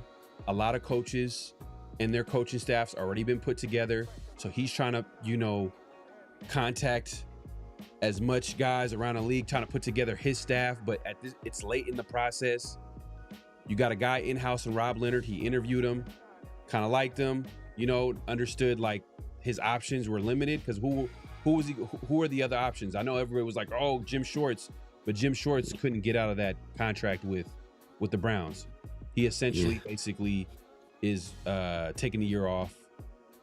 I'm not sure how long he's under contract with the Browns, but they said he's going to reevaluate his options the next coaching cycle. So I don't know how that works out for him, but I think it could be a situation where the Raiders are like, you know what? Let's give this guy opportunity. If it doesn't work out, we can take the next best available defensive mind from whatever coaching staff that's available. A defensive guy that is that's talented as a defensive-minded coach, a defensive coordinator, but as a head coach, and try to get him on board with the Raiders. That's a possibility. I can kind of see it happening already because it's not like they had a lot of options. Who were they choosing from? Who was the options? I don't know if you remember any of the options. I know they try to connect them with some guys, maybe from McDonald's coaching staff, possibly. Yeah. Jim Schwartz was the Hail Mary. Like, people were praying for that, but it was never going to happen. But Leonard was the guy that, ended up getting the job, but it almost seems like he would be the obvious scapegoat, especially the defense struggles. And he would be an obvious scapegoat because I think people are going to feel like there's enough talent where it should be better. Yeah. It's not perfect because obviously that defensive tackle, they didn't address it. But I'm sure if it's really bad, they're going to use him as a scapegoat. And I think they're going to probably get the next best guy next offseason. And I know some people kind of like, oh, well, there's somebody on the... Nah, I think they're going to have an opportunity to get like a really good defensive-minded coach because they're going to have more options to choose from. Yeah. I mean, they'll have opportunity to get a good guy. I mean, Rob Leonard is definitely the scapegoat. I said at the time, where it's like the fact that when Rob Leonard was first hired, they asked Spytek about it, and like he tried to act like he was super hands off, like, oh, well, it's like but he's the one that said, oh, have you talked to Rob Leonard? Have you interviewed him? And he's the one that encouraged Clint Kubiak to interview him for the job. Obviously your GM, the guy that hired you, encouraging you to interview somebody else for another position, that's going to hold some sway over you, right? In my opinion, it would. But then, like Spytek was trying to act so hands off, like he had nothing to do with it. It just looks suspicious. Like if somebody accuses you of something and you just like go overboard, like, oh, it wasn't me. Why you just talk? Like that's like, dog, like, okay, like, well, now I'm starting to think it was you, because what they say, doth do protest too much. Like the fact that you had to window, like I didn't even have nothing to do with it. It wasn't me. It was his decision. And all right, well, bro, like we need to say all that. Like nobody like really openly said you did it, but now I'm starting to think you was the person that made this happen. So, and the fact that he was the last coach hired, I just think I don't want to say mismanaged it, because they didn't anticipate him going to the Super Bowl. But at the same time, if you're a guy that's been coaching in the league for as long as you've been coaching, your family has been coaching in the league for as long as they've been coaching, you would think that he would have cultivated some kind of relationships around the league with other position coaches and other defensive minds, where he could say, you know what, hey, if I ever get a head coaching job, this is the person I want as my defense coordinator. He's a DB coach here. He's a linebackers coach here. He's a, defensive line coach here, right? And maybe Rob Leonard was one of those people. Like, I don't think they ever crossed paths, but maybe he saw what Robert Leonard was doing in Baltimore when he was there for a year, or in Miami, or with the Raiders. He's like, you know what? If I ever get a job, he's going to be the guy I want. But the fact that Spytek had to encourage him to interview him lets me know that that probably wasn't the case. So the fact that, like, I just don't think the situation was managed really well by anybody. And so we were like the lights came on at the club, and we got left with the ugly broad. So we took her home. No, but it's true though, because the reason why I'm pointing this out is because that happened the year prior. The first option for the Raiders at head coach was Ben Johnson. And then they pivoted to a veteran coach, an older coach, and Pete Carroll. Clearly not their number one option. And they easily got rid of him after 1 year. And this is after Tom Brady on board, and Tom Brady that believes in, stability and consistency, because he was a part of that environment in New England. But he had no problem being a part of the decision to let Pete Carroll go, because I'm sure he was a part of that decision. It wasn't just like the old school way of Mark Davis kind of getting in there and saying, oh, you need to go or whatever, to getting pressure from the fan base. And he was a big part of that decision making. And part of that too was, look, I just can see it. I could just see it. I can't. Now, is it possible that, Rob Leonard can go out there and show some he can develop this unit, and as the season goes on, it can get better for sure. Yeah. I'm not gonna just say that's not gonna happen. Exactly. I have to acknowledge that he's a big question mark. Huge question mark. Is like, damn, like what do we, because I don't even think that he was that great of a defensive line coach. You know what I mean? That might be an unpopular opinion, but I didn't like Max Crosby. You know what I mean? Max Crosby really kind of put him, gave him a little bit of like, and I don't want to take anything away from him, but I'm sure he I think that he interviewed for the job. They felt good about him, so they feel good about him as a coach. But I just felt like, was he a great D-line coach? I'm like, man, I don't think so. You know what I mean? When were we like up there in top? Were we top 5 in sacks? No, like what? But you can't blame him. You can't blame him for Tyree. The main guy he was tasked with developing was Tyree. You can't really blame him for Tyree. Yeah, Tyree. That's tough. That's tough. That's tough. That is tough. You can't blame him for Tyree, but that is, hey. It's the one high pick you had at your disposal, and you kind of, didn't do nothing with them. And I think that more than anything, as you alluded to, Rob Leonard is a patsy. If stuff goes wrong, you think Kubiak's going to fire his boy that he's brought with him at every stop, and Andrew Janocko? And you think that's going to be the guy he fires? No. You feel me? Or is he going to fire this guy who he has no connection to at all? Yeah. Obviously, Rob Leonard's gonna be the person they fire. If the Raiders go 7-10, and the Raiders defense is like outside of the top 20, but they showed some strides, some guys are developing, they're gonna give Rob Leonard a chance. Like, it's not gonna be like, it's not a black and white like, oh, you know, the Raiders don't make the playoffs, someone's gonna get fired. It's not like one of them type of situation. But I bet you if it's like 4-13 or 5, you know, barely they improve by one game, but that defense is terrible. Like we can't get pressure, which is it seeming like it might be an issue this year. The young players on defense ain't developing or not showing any. Then it's gonna be like, okay, we need to figure out how to salvage this, because they are rebuilding and they understand, like, look, offensive line was a problem 2 years in a row. Guess what happened? They get an offensive-minded coach to bring an offensive line coach that's respected around the league, and everybody feels good about the offensive line. Now the talent, we feel like can get better, but I think we can all agree, like we feel a lot better about the offensive line than we did a year ago. Yeah. Now this defense, from a talent perspective, we feel good about it because there's some upside. They got to go out there and prove it, but like, is Rob Leonard the right guy to, you know, showcase this defense? And I don't know. But to be fair, there, you know, it's not like he has everything on his disposal, but he got more than Patrick Graham. Oh, for sure. He got more than Patrick Graham, I'll tell you that. For sure. No, without a doubt. Yeah, you said this is the most talent we've had on defense for a while, and we have some actual like guys. We have actual guys that, like, in the past, has been Max was like the only like real dog. You know, Adam Butler was a dog in his own right, but he's not like a upper echelon NFL player.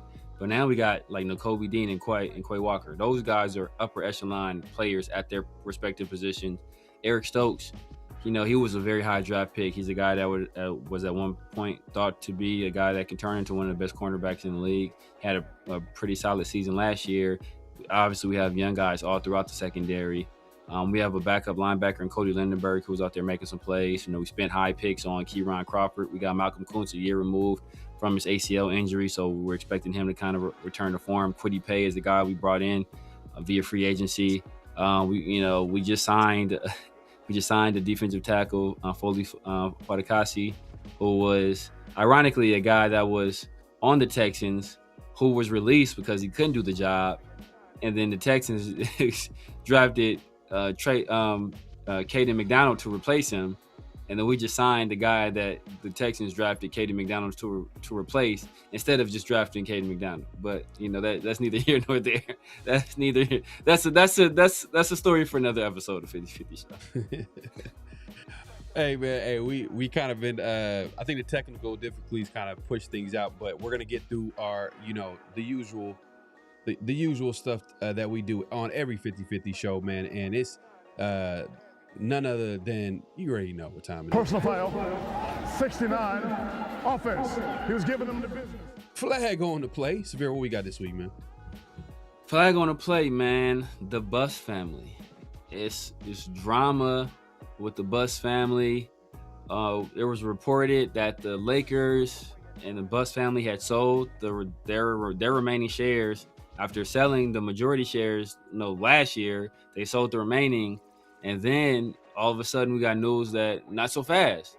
That Jeannie Buss was challenging the sale of those remaining shares that the other siblings had agreed to. So essentially, you got 5 siblings versus Jeannie Buss and this tug of war over how the remaining shares of the Lakers are going to be handled and who's going to, basically have ownership of them. So it's going to go to the courts.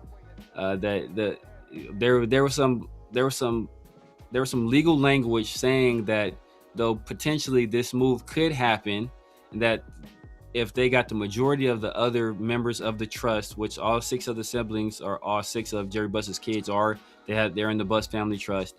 So if they were all agreed, or if they got the majority to agree, then you can execute the sale. But there was a previous ruling back from when Jim was still running the Lakers, and when he tried to force Jeannie out, saying that for any move like that to be made, that the trustees of the trust all had to agree. And the trustees are Jeannie, Janie, and Jim, who I believe are the 3 oldest kids. And obviously, Jeannie doesn't agree with the sale. So she's attempting to use that language from a previous court ruling to stop the sale of the team now. So it's all going to depend on, does the language that was in the previous sale, where there was like a tag-along provision saying that if the majority agrees that the sale can be executed, does that take precedent? Or does the previous ruling saying that all 3 of the trustee members had to agree, does that take precedent? And it could be a situation where, depending on what judge they go to, depending on what locale they're in, that could affect the decision, right? Like, this is all politics, depending on who appointed that judge, right?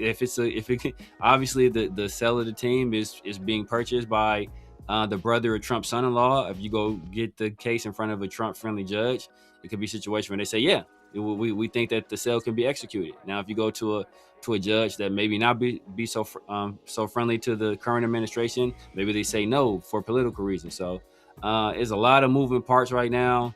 It's a lot of drama happening, and it's just a shame, because this is not what Jerry Buss. When Jerry Buss died, he had one thing he wanted to happen, and was that for the team to stay with the Buss family, and obviously it's already been sold previously, and now it can be sold completely. So it's just a sad situation.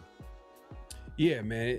I think it's crazy to think that the Buss family, there's always, not everything is gonna last forever, but it's crazy how like a story franchise like the Lakers is kind of going through this, because when you think about like a lot of the big name franchises, you don't really hear stuff like this. You just hear this about like some other teams, like the little teams that no one really, they're not as big as the Lakers. The Lakers, they clearly got some issues behind the scenes, especially the Buss family. Like, they are fighting. They've been fighting ever since Jerry Buss died. You know what I mean? And I think Jerry Buss, the way he kind of set it up, he thought he was doing the right thing by kind of doing that. But like, what he didn't understand is like, hey, some of these people, hey, he needed to decide who was going to be the person running the franchise, because they obviously do not agree with each other. And it's crazy because they've been going back and forth. They've been playing these types of games. I think the year prior, when there was a sale of the team, that was orchestrated by Jeannie, I believe. And I'm not sure if they were happy about that sale. And now they're coming back and trying to sell the last remaining percentage. And to your point, like, it's just crazy how like they're going back and forth. And what's going to happen with the Lakers? Lakers are one of the story franchise. Now it's like up in the air, and now it's just more of a brand than it is like, are they going to be a team that, I don't know, man. I think a lot of people don't care, because, a lot of people hated the Lakers, but it could be a situation where, they might go through some dark times. If the new ownership doesn't care about that part, about the team, winning, if they don't care about the team, they don't care about money. Then that part. I mean, that's why I trust Bob. I trust Bob Iger more than Kushner, because Bob Iger, he was head of Disney for a while. Like, he's big on like brand success and having that type of reputation out there. So I trust him to want to be able to like have the Lakers still be like one of the story franchises in NBA. Kushner, I don't know. Maybe he feels the same way, but I think it could go one of two ways, because when you have owners like the Lakers were essentially like a lot like the Raiders, where in the world where there is like so much money at the top of these organizations, right? The Lakers were like essentially a mom and pop shop in terms of ownership. They were technically a family-owned business, right? And like, it wasn't like a corporate interest where they had the same level. Now, obviously, if you're the Lakers, you're still low-key printing money, but all of the Buss's family money essentially comes from the Lakers. So like they make those financial decisions knowing that it greatly impacts their income. Now, when you got guys like Bob Iger and the Kushners who are already, rich from other endeavors, maybe they have a little less care about, how much money they're generating from Lakers. You're going to make money with the Lakers regardless. Yeah. So maybe they're able to, or maybe they're more willing to invest in certain areas where the Bus family was not willing to do. This is why, man, I ain't gonna lie, man. I don't want to go too deep, but this is why hierarchy matters, bro. Yeah. You know what I mean? When you have too many cooks in the kitchen, when you have everybody, there has to be clear, like, all right, this is the person that is the leader. This is everybody else. Like, it's just, when there's everybody at the table, it's nothing ever gets done. And I think this is a situation where I think you got family members fighting over the team, and it's just, you know, Jeannie over here playing chess, apparently, you know what I mean? But they try to, you know, checkmate her by selling the team. It's just so many things going on with this team. It's kind of crazy to see, man. But flag on a play on this situation, just because, like, Lakers, it might be, it's kind of a mystery what's going to be, how the team is going to look like in the future. I really don't know. It's with new ownership, because the ownership deal it went through. It's just a matter of the last remaining. Yeah, the last remaining. Yeah, it's like 17.6% or something like that. Yeah, so the majority is with the new ownership. New ownership. Yeah. So yeah, they own like 60-something% of it. Which that whole situation is kind of crazy how that came about. So that's a whole different conversation. Yeah, that's a whole different conversation, bro. Whole different conversation, how did bro. Get sold twice in 1 year. One of the most storied franchise in sports. Yeah, bro. Look, we know how it goes, man. It's 30 for 30, bro. 30 for 30. Politics, corruption, blackmail, backroom deals. You know, billionaire boys club type situation, man. All that stuff is happening right now, man. We know how it goes, man. We know how it goes. Yeah. But are we done? Do we have another flag on the play? We do got one more flag. We have one more flag. We'll talk about it a little bit, man. Other flag on the play is obviously we know the Cowboys. They just signed Von Miller, you know, Hall of Fame, first ballot Hall of Fame pass rusher, one of the greatest to ever do it. You know, he's getting up there in age, but he still put up like 10 sacks last year, I want to say, for the Bills. So still being productive even in his advanced age. They just signed him to a contract. But recently, star wide receiver that a lot of Raider fans wanted us to draft, that draft, CeeDee Lamb, was seen out on a date holding hands and kissing the ex and the mother of his children for one Von Miller. So CeeDee Lamb has been seen out with Von Miller's ex and the mother of his children right around the time the Cowboys have just signed Von Miller. Yeah, that could be a nasty situation, man. I think back to was it Kaepernick and somebody that got into a fight because Kaepernick was like dating a girl, something like that. Like I think I remember this from the 49ers camp where like Kaepernick and somebody else had got into a squabble over that. I forgot who it was, but like it could get messy. Yeah. And we'll say this. I'll say that for behind the scene. I was going to say another honorable mention because I just seen someone text me something. It's pretty disgusting. You probably heard about it. It's like a documentary about a content creator that was just on some crazy stuff. Oh, did the Eagles one? Yeah, the Eagles.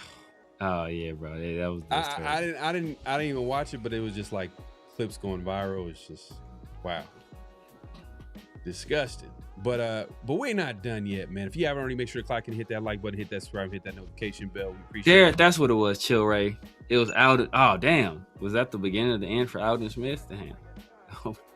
Did he? I remember. Yeah, I remember that. Yeah, I want to say there was like a squabble or something like that. Like they got into it.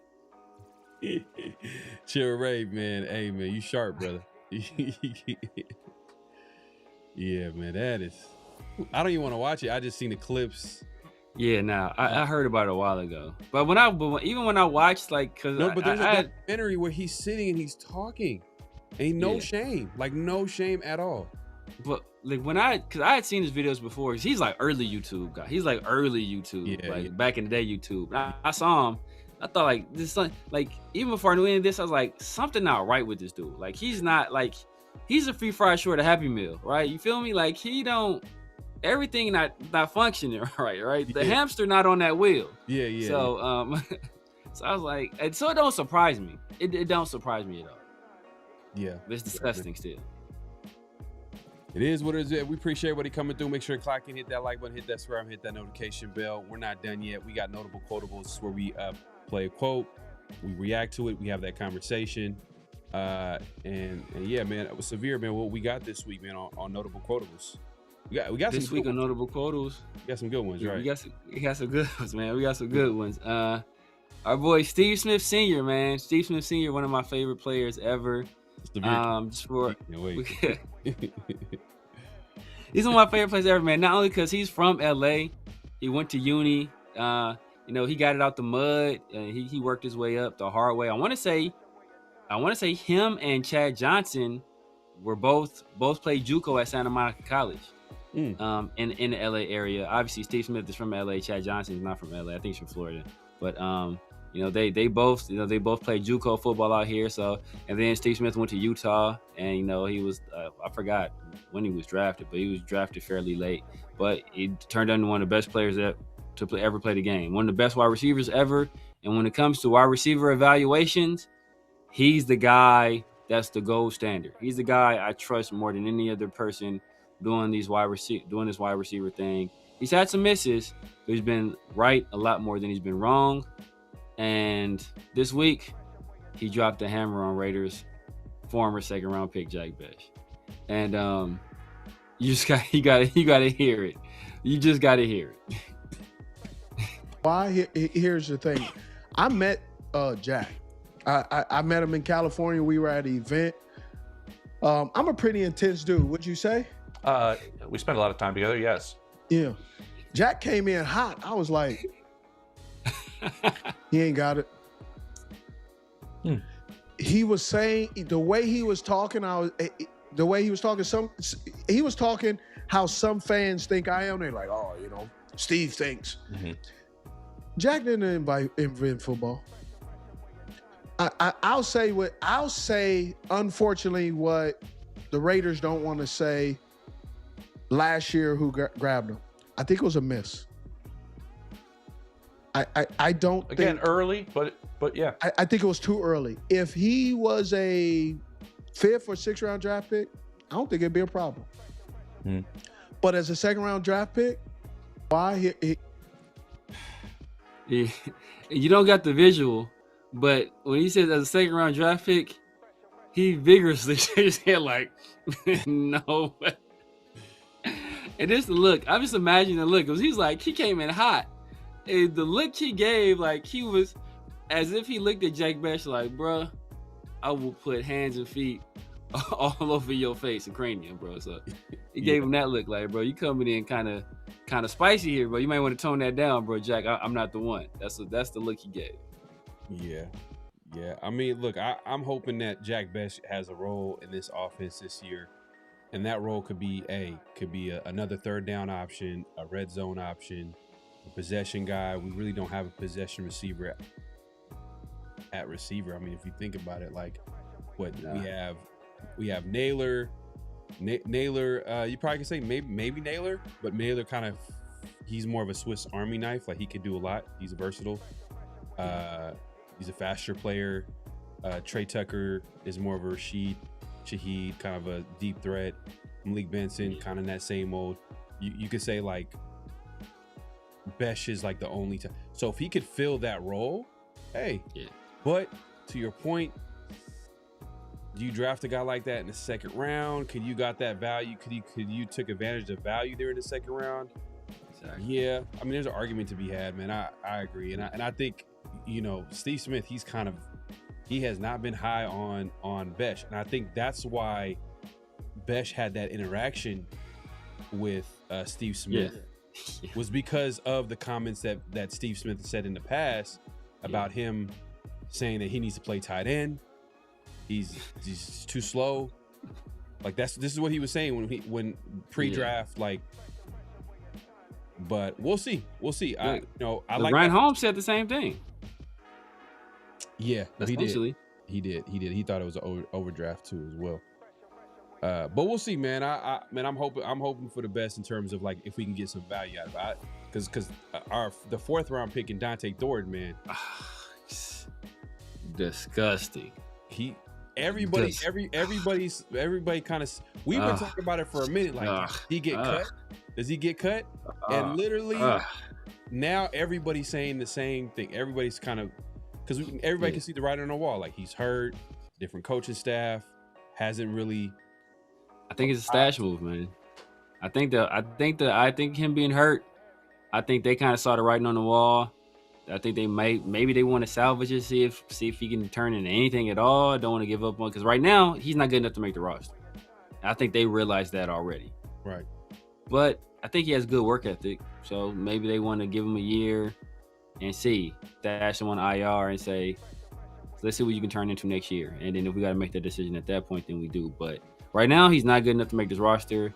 That was a guy I was a fan of when we drafted him. You put me onto him. We both thought he should go later, like 6th. Not in the 4th, but we thought this is a guy you can take a chance on, a guy with this height, this kind of speed. Right. Take a chance on him, see if he can add a different dynamic to the offense. The only dynamic he's added is inconsistent wide receiver play, and we had plenty of that already. So, it's a sad situation. Yeah, and so we'll see. And full disclosure, comments that Steve Smith made, these were made before Jack Bech had the pretty good preseason game that he had, where he made 2 really tough catches and had the nice touchdown grab as well. So these were made prior to that. Do I think they would have changed his outlook on what Jack Bech is as a player? No, I don't think that preseason game should change anybody's outlook on what he is as a player. Maybe you can be hopeful that he can, do a little bit more than you previously thought. But overall, he's just not a second round level talent at wide receiver. And we're hoping that he can be a contributor on this offense. I'm not going to go as far as Pharaoh said last week and say he's an integral part of this offense. But I hope that he can be a contributing factor in the offense. You don't like that? Integral? I don't like the integral part. The integral word, but We'll see.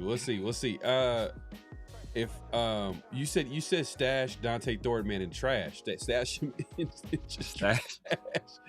Because look, at the end of the day, man, for anybody wondering, it was a clip from Steve Smith's YouTube channel. They had like a video on like the Raiders wide receiver room. They talked about guys like Jalen Naylor, who they feel like is probably going to be the guy that they're going to cater the offense to from the wide receiver position. We all know Brock Bowers is going to be the number 1 option in that offense, but if they're talking from a wide receiver perspective, they feel like Jalen Naylor is going to be a guy that they're going to feature, especially in the intermediate part of the field. He's versatile. They can move him around. And then they talked about Trey Tucker. He kind of got on Trey Tucker too. Yeah. He's like, he feels like he's not a good route runner. He has a limited route tree, and it's like something that he hasn't improved on since he got into the league. This is what he's saying about Trey Tucker. And he's going to play the Rashid Shaheed role in his team. And he literally went on to say, like, Malik Benson is already better. Yeah. Like, they're realizing, like, he's gonna be the starter at some point. That's crazy. That's wild, like, to even think that. Especially a guy that you would call him trash. You call him trash at Oregon. Oh yeah. I was calling him Mike Dixon, but he wasn't super productive at Oregon. But he wasn't a punt returner for them. And to be honest with you, like, their offense, it was like everybody. There was really no true number 1. Maybe the tight end. Oh, you know what? Hey, Malik Benson has experience playing with some. The tight end one. Hey, maybe fit right in. You know what I mean? Just do what you got to do, and we already have a brock Bowers here to handle the. Yep. So we'll see. Hey, like you pointed out, that's perfect. He has experience in the offense where there's no number 1 wide receiver, and truly the best weapon is your tight end. And remember, they had 2 tight ends. Obviously Kenyon Sneak was the main guy, but they got another tight end that a lot of people think this year is going to be the guy. Obviously, the Raiders have Brock Bowers, who's the best receiving tight end in the league, and they have Michael Mayer, who is a good starting level tight end in and of himself. So, they got this. It's the similar dynamic for Malik Benson. Similar dynamic. Yeah. We'll see, man. We'll see. But we appreciate everybody coming through. Make sure Clyde can hit that like button, hit that subscribe, and hit that notification bell. Oh, I also want to mention he did give big shout outs to Raiders wide receiver coach. He did. His co-host was like, "Oh, a good coach in Zach Azzanni," and he's like, "No, great coach, yeah." And he broke down the reasons why he feels like he was a great coach. Yeah. So that's a big plus for the Raiders. They got someone back there that can coach the position and develop players. So, and that's is that the guy with that's the guy with the receiver coach? Does he got a unibrow? I don't know. Is that the guy that look like Teen Wolf? I think that's the falafel. I think that's the guy that looked like he. That's the guy that look like he's selling falafels. Look like he got a gyro stand. Hold on, let me see. He had a unibrow. I didn't know that. That's the guy that got the gyro stand. Let me see. Let me take a look here. Far from it. Honestly. Oh no! I'm thinking, no, what? That's not. Nah, that's the other guy. That's not the. That's the. I'm thinking about somebody else. That's the guy that came from the small school. That's the other guy. Zach Azzanni is like the P pale. He's super pale. Yeah, we don't. What are you talking about? With Zach Azzanni, I'm actually surprised. I didn't know like Zach Azzanni is actually completely. Yeah. He's the ball-headed guy. I'm thinking, who's the guy I'm thinking about? Damn, he's like the assistant running backs coach or the run game coordinator, I think. No, he don't got a unibrow though. You know what I'm talking about though? Yeah. he looked like he sell falafel. He looked like don't mess with the Zohan. Yeah. No, he don't. He's not. He don't have a unibrow. But that. You're goofy, bro. You're goofy, man. But we're not done yet. We got another notable quotable. Facts. What we got? The Raiders, recently they attempted to make a trade involving star defensive end Max Crosby, and it gave people some PTSD about a previous time the Raiders also traded a star defensive end. And what's ironic is that the Raiders look-he got a better deal trading Max if it had gone through than what we got the previous one. Yeah. But obviously everybody knows I'm talking about the Khalil Mack trade. And to this day, many people, they hold that trade against John Gruden. And hearing Khalil Mack talk, maybe some sweet vindication for good old Chucky. Oh, perfect.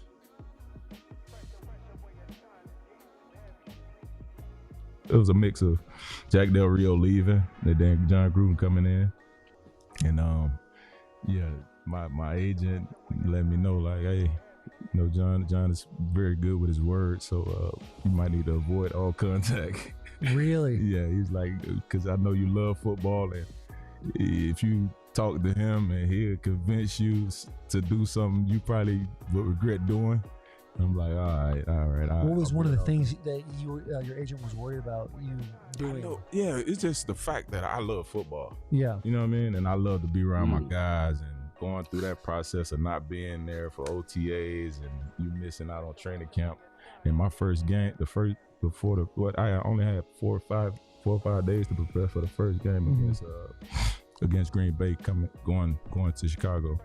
And so just that whole process of not being with my guys, it was tough. I feel like that was the hardest part of that process, not being with your guys, with Derek Carr and dudes, man. Right. Bruce Irvin, Justin Ellis. Man. Yeah. I mean, it makes sense how that situation went down. It was like there's so much things that go into it, especially when you trade a guy like that. There's a lot that go into it, and we've heard a lot of different things too. There was remember at the time people were talking about the Raiders having cash, that there's a cash flow issue, so that's why it was kind of hurting them in negotiations. Then a third, but hey, look, at the end of the day, man, it's crazy that they didn't sign Khalil Mack, like their blue chip player. See, and that's why the Raiders are not, the Raiders are the Raiders, man. For the last how many years, they haven't been a good franchise because they haven't made really good decisions. But you can make an argument that the Raiders technically won the trade in terms of the value that they got back, because literally, what was it, 2 years or 3 years into the deal, they trade away Khalil Mack? Yeah. Or 2 years? But we low-key wasted. I mean, so we got Josh Jacobs out of the deal. I forgot we lost it in that what we lost is we didn't take advantage of the picks. Like we didn't. Josh Jacobs was a solid pick. Josh Jacobs was a solid pick. I forgot what our other first we did. One pick. Yeah, I forgot what the other pick was because Abrams. Was it Abrams? No, that was the Amari pick. Okay, then not Abrams. Then the cornerback. Oh, was it Arnett? Oh yeah. Oh, Arnett. Oh yeah. Oh yeah. Oh yeah. Ugly. Oh my god. Yeah. We lost. We got it in the value, but we definitely lost it in terms of execution. Definitely lost it in terms of execution. But what's crazy what's ironic though is like people like if you read people, you can tell when people are like full of shit, and you can see like when they were asking Khalil Mack questions, he was like, "Oh man, I just love football so much." Like, bro, why don't you answer like what were you afraid he was gonna convince you to do? He's like, "Oh man, I just love football so much." Like what? Like, nah, that's not answering the question, bro. Like, basically, Khalil Mack had made up his mind he didn't want to be back in Vegas or be back in Oakland. He made up his mind he was not coming back to Oakland, and his agent was scared that John Gruden would be able to talk him into coming back to Oakland. And Khalil Mack, that was against what Khalil Mack wanted to do. Mm-hmm. Because other than that, like, why would you be afraid of him talking to John at all? If unless your intention was already like, yeah, my intentions are to leave this team. Like, those are my intentions. Cole Kmet? Was that the pick that they drafted in the second round? Was Cole Kmet?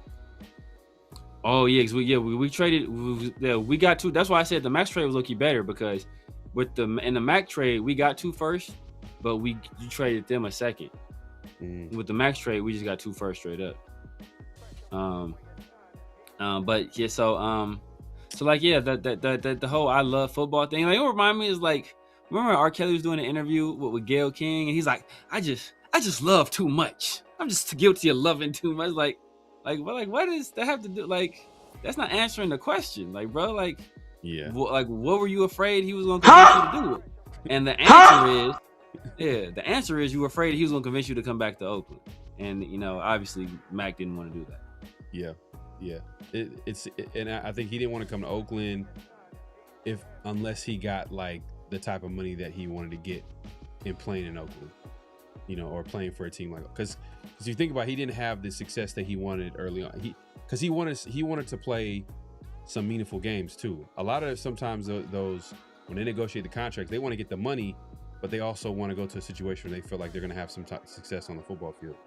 Yeah. So to give like Max credit, like, I feel like the Raiders did a good job of like kind of like continuing to bring back Max, and Max kind of just buying in, and that's why I'm like, for me, like with Max, I'm like, I was never tripping that he wanted to leave. Yeah. It was like, this is what it is. Like, let it be a value. Let it work out for the Raiders in terms of getting some value back. That's where I was at. Yeah. I don't want a situation where we lose a good player for nothing. That's just how I feel about it. But yeah, I'll never fault a player for wanting to leave a situation that they're not happy with or they don't think is productive for them or their careers. I take issue with how they do it, and if they gaslight fans on the way out. Like, Antonio Brown was disrespectful about it. If Antonio Brown had been respectful about it, like, you know what, this is not working for me. I appreciate you guys bringing me over here. I don't think this is going to work out. Can you trade me? Cool. Same with Devontae. If Devontae is like, went to the Raiders and said, you know what, this isn't working for me. I thought it was going to be something else. I came here to play with Derek. Derek's no longer here. Can you get me out of here? Cool. And then keep your mouth shut about it. But when you start to gaslight people, like, I don't know what they talk about me asking for a trade. Like, when you start to gaslight people and you start lying about it and doing shady, sneaky stuff, that's when it's like, come on, bro. Like, we too grown for that. We are too grown for that. Just keep it real. Just keep it real. That's why I've never got mad at Jacoby. Jacoby asked for his money. They didn't give it to him. Then he asked for a trade. And when they asked him about it, he's like, you know what? Did you like when you talk to the Raiders? Did you ask them for a trade again? He's like, yeah. He's like, well, what did they say? He's like, they told me no. He's like, but he just kept it a buck, right? He didn't obfuscate. He wasn't, shifty or weird about it. He's just like, you know what? Just asked for a trade. They told me no. He's like, but in the meantime, I'm going to be out there for my brothers. And he showed up to everything, to voluntary and involuntary. So that's how I respect how he handled it. DC saying realistically how many wins this season. So we didn't do our predictions.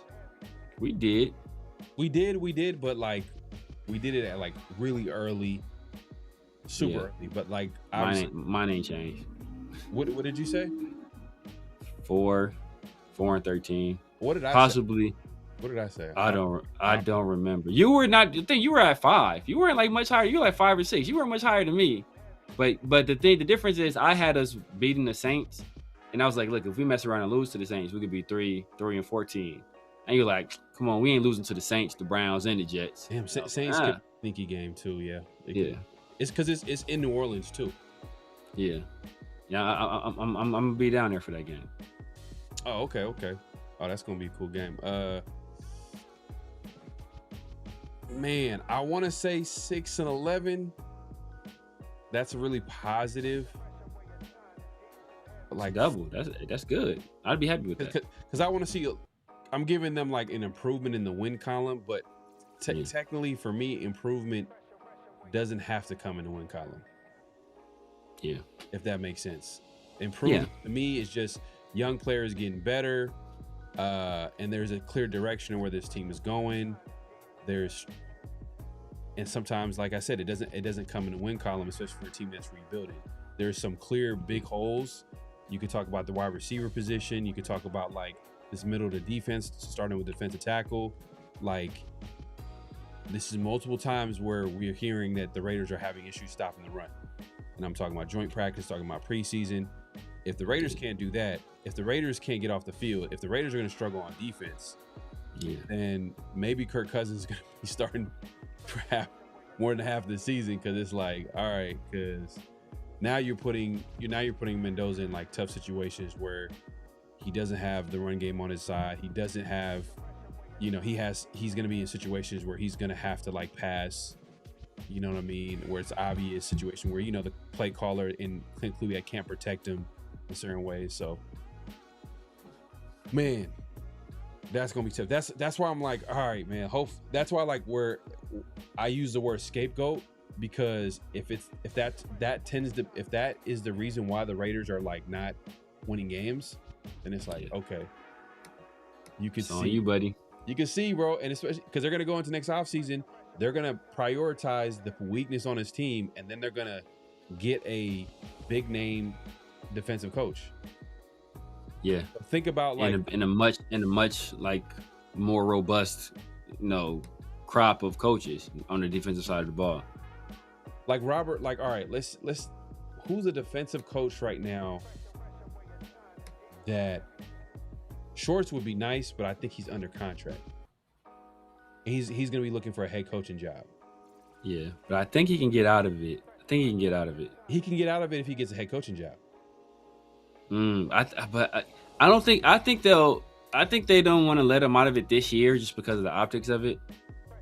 Because obviously they were expecting him to be there, and then he kind of stepped away from the team because of how everything happened. So I think they didn't want to let him out of his contract this year. But I think if they get a year removed, I think they'll be more inclined to, let him do whatever he wants to do and not try to hold him hostage. Because at that point, it starts to look, right now they look like they're on the right. But if you let it go on for too long, then it starts to, it'll turn the Saints, not the Saints, it'll turn the Browns to like a bad organization, or it'll be perceived like with less like, favorability. Hey, chill, Ray. I'm with you, bro. I'm not really. Look, if we can get a top pick next draft, yeah. Now we're talking. Now you legitimately can get a premier pass rusher, or you can get like a top wide receiver. I think that's what you're kind of implying right here. Jeremiah Smith, Cam Coleman, But then, you can get a pass rusher on the other side. I mean, are the Raiders going to re-sign Kuntz? Let's say Kuntz has a big year. Are they going to re-sign him? It's a big deal. You see that happening? You know what I mean? They could easily go a different direction, possibly. Or, depending. I don't know if there's really good offensive line coming out this year.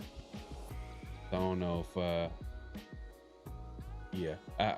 To me, it's either pass rusher or wide receiver. Yeah, like I said, man, my guy Colin Simmons, Jeremiah Smith, my two guys. I know you like Dylan Stewart, but my two guys, Colin Simmons, Jeremiah Smith. Because Colin Smith, he got something that the Raiders haven't had at the pass rusher position. I think.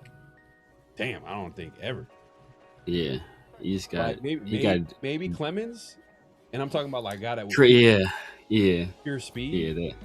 Yeah. It's not Clement Burgess. Burgess was speed. Was Derek Burgess. Yeah. Like a speedy pass rusher off the edge, right? Yeah.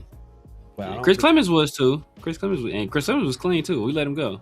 Yeah, like Khalil Mack was power guy. Max is like quickness, technician, effort. Fast, but he's more bendy.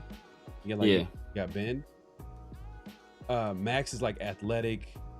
Skillful. He's quick, good technician. Good technician, good play recognition. Yeah, we haven't had a guy like can just get off the edge, pure speed, like Von Miller type, because that's what Colin Smith. Yeah, Colin Simmons that's what reminds me of, man. He reminds me of like a baby Von, and he got the ghost move. He got bend too. He's a leader. Like he checks all the boxes. He plays for a good organization in the Longhorn. So it's coming from somewhere where they're gonna he's been coached well. So obviously Jeremiah Smith will be the prize pick. Pairing him with Fernando Mendoza. But I already said, bro, if we get a high pick, I'm gonna be low key hot, man. I'll be low key hot because I already said. Hi. Well, hi. I already said what we should have did this year. Oh, we should have did this year. I forgot. Wembley, Cameron Wembley. That's Cameron Wembley. Yeah, he was kind of. He wasn't pure speed though. I don't think he had like more, like athleticism. Like he just yeah. But you already know what I want to do this year. I wanted to trade back and just load up on picks and just fill out the roster. And then I figured we was gonna be people. Oh, you can't expect this to be bad 2 years in a row. Like we're the Raiders, bro. Yes, I can. They have leverage next because now they have a quarterback. They have the quarterback. Now they can actually trade back next year.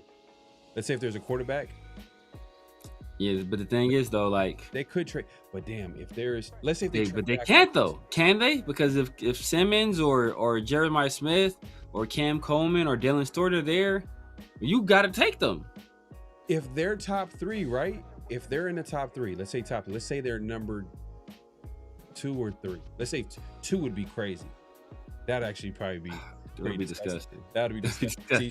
That'd be an ugly season to watch. I'm not gonna lie. Oh my god, bro. There's no way around it. If we're top 2, there's no way around it. Like if the Raiders are number 2 pick, that is an ugly season, no matter what. But let's say if they got the number 3, the 3rd pick. Damn, how many quarterbacks coming out this year? It's so much. We don't know. We don't know who's gonna ball out this year. We don't know how many quarterbacks are coming out. How many quarterbacks would have to come out in order for the Raiders to have trade value at number 3? Because it's gonna be for a quarterback, for sure. Yeah. I mean, you need if you're at you need it to be for the draft position you're at, basically. Hey, but the thing is, you need the top 2. You need the teams in front of you to not need quarterbacks or to need quarterbacks too. That's the problem. You need the teams in front of you to need quarterbacks as well. So Cardinals are for sure about to get a quarterback. The Jets. Cardinals know what time it is. Cardinals ain't trying to win no games. Aaron Glenn is different because Aaron Glenn, I think he almost has to try to win games because he's in year 2. You can't be that's bad 2 years in a row and have job security. Even though Woody Johnson kind of gave him a pass for last year because of Justin Fields, because how bad Justin Fields is. You can't be that bad 2 years in a row. They got Geno Smith. Yeah, it can't be that bad 2 years in a row. Yeah. So, but then look, you guys got Geno Smith, but then look, we talked about their skill position players. You got Garrett Wilson and Kenyon Sadiq and Omar Cooper and A.D. Mitchell and Breece Hall. Yeah, they got skill position players over there. They got pieces. They got They got legit skill position players. The only person we're worried about is Geno. And if Geno could just over here, he low-key had to do more because we were so bad everywhere. Look, he doesn't have to do that there. Put it this way: if the Raiders are like somewhere,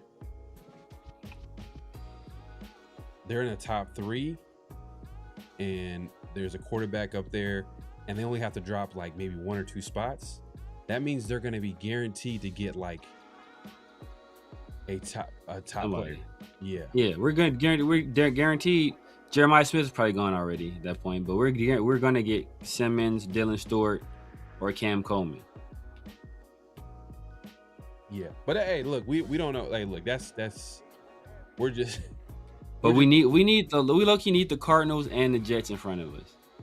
Hey, we low-key need them in front of us. Raider Nation 510, man. Vita V is not coming to the Raiders, man. It's not happening.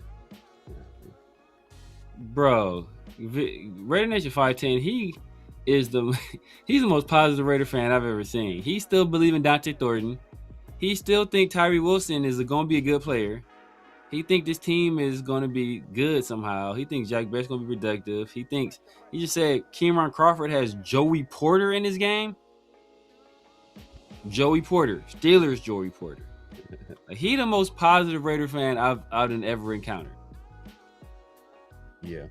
Well, hey, look, man, there's nothing wrong with that. It's just, nothing wrong with it at all. Just understand, it's nothing wrong with being cautiously optimistic.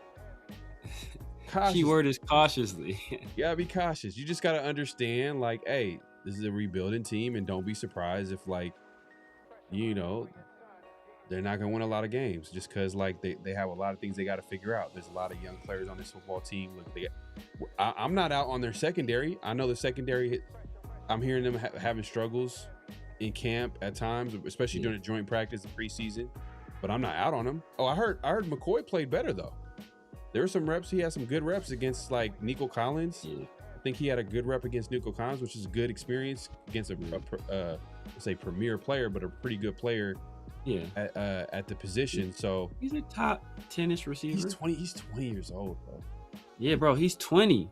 I want to say he just turned 22. He's 20 years old. That's wild. That's wild, man. We appreciate everybody coming through. Make sure to click and hit that like button, hit that subscribe, hit that notification bell. Here we go. We got what's real, what's not. This is where we say a statement. Y'all react to it if it's real or it's not. And obviously we do the same. Severe, what we got this week for what's real, what's not. This week for what's real, what's not, statement is the Raiders will have a worse rushing defense or worse run defense than they had last year.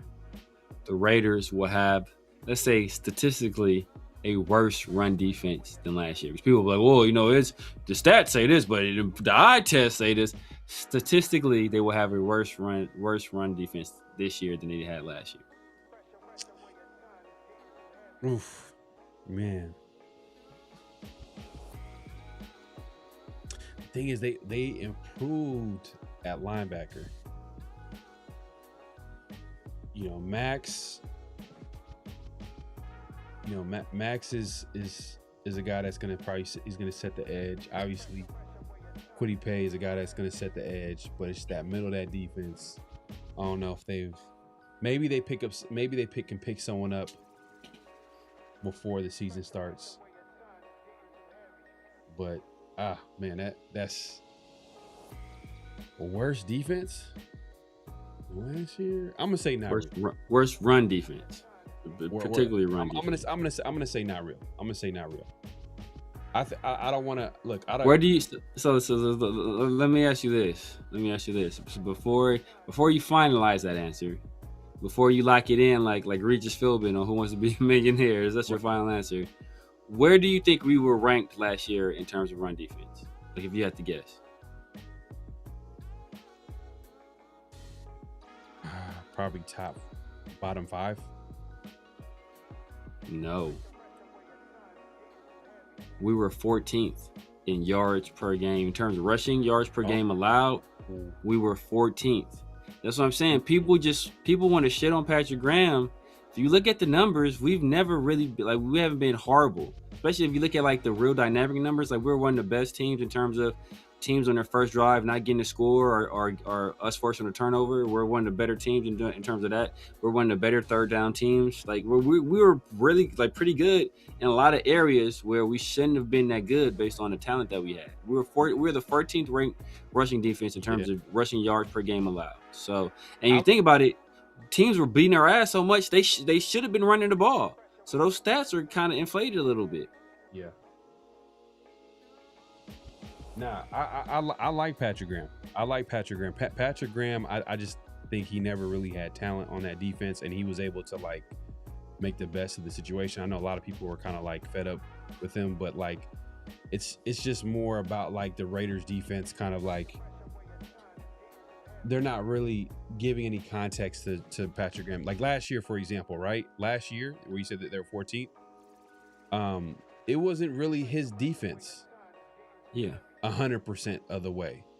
It was, there was a little bit of Patrick. It was a Pete Carroll in there. Yeah, it wasn't his scheme. It wasn't his scheme. So there's a lot of things that were happening on the defense last year that like Patrick Graham wasn't doing it in previous years, even though that was his 4th year with the team. So you would think like, but that was then, and Patrick Graham has since went to the Steelers. So we'll see how it goes with him over there. I know he wants to eventually become a head coach. That's kind of been his thing. He just hasn't had the opportunity, but we'll keep an eye on that. But yeah, man, top 14. Yeah, you know what? I'm gonna say that's real. Then I'm gonna say it's real because I think it's gonna be worse. Then it's gonna be worse.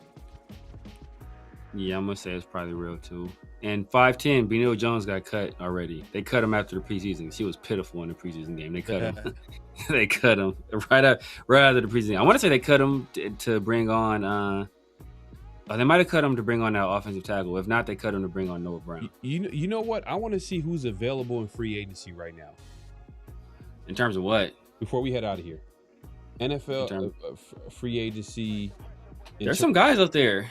Bobby Okereke.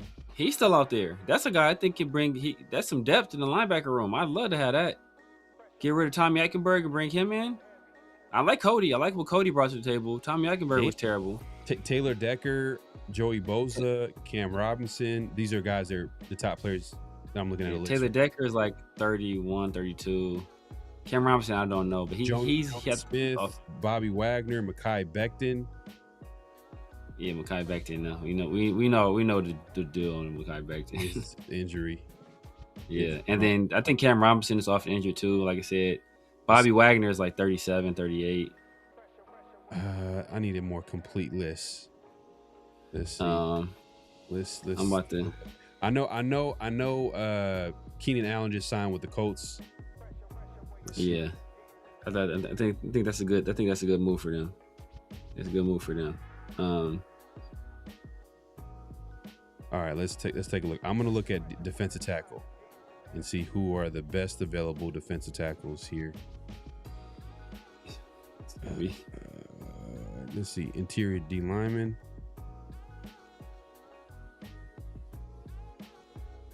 We got Daquan Jones, Larry Ogunjobi. Let me see. Jihad Ward's a free agent. Jihad Ward's had some solid years. Yeah, was he just with the? Nah, he wasn't just with the Texans. He was just with a pretty good team because old boys with the Texans. Jordan Phillips. Jordan Phillips. He's up there too. He was really good at one point. Trying to look at some big guys.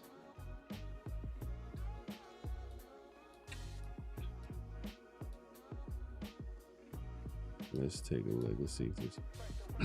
Eddie Goldman. Eddie Goldman has got to be 100 years old. I remember he's from the Bears, right? From the Bears. He's 32 years old. Yeah, he got to be up there. Round true nose tackles age all right, to be honest with you, if they're not oft injured. I think Eddie Goldman has a history of injuries though. Yeah, he does. Yeah.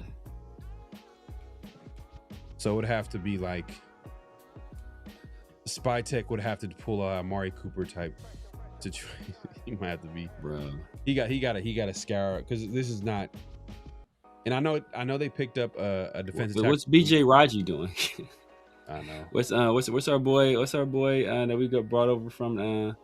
We brought over from. Christian Wilkins is still not signed with the team. Still not signed. Yeah, it gotta be. It's something there. Ooh. Something there.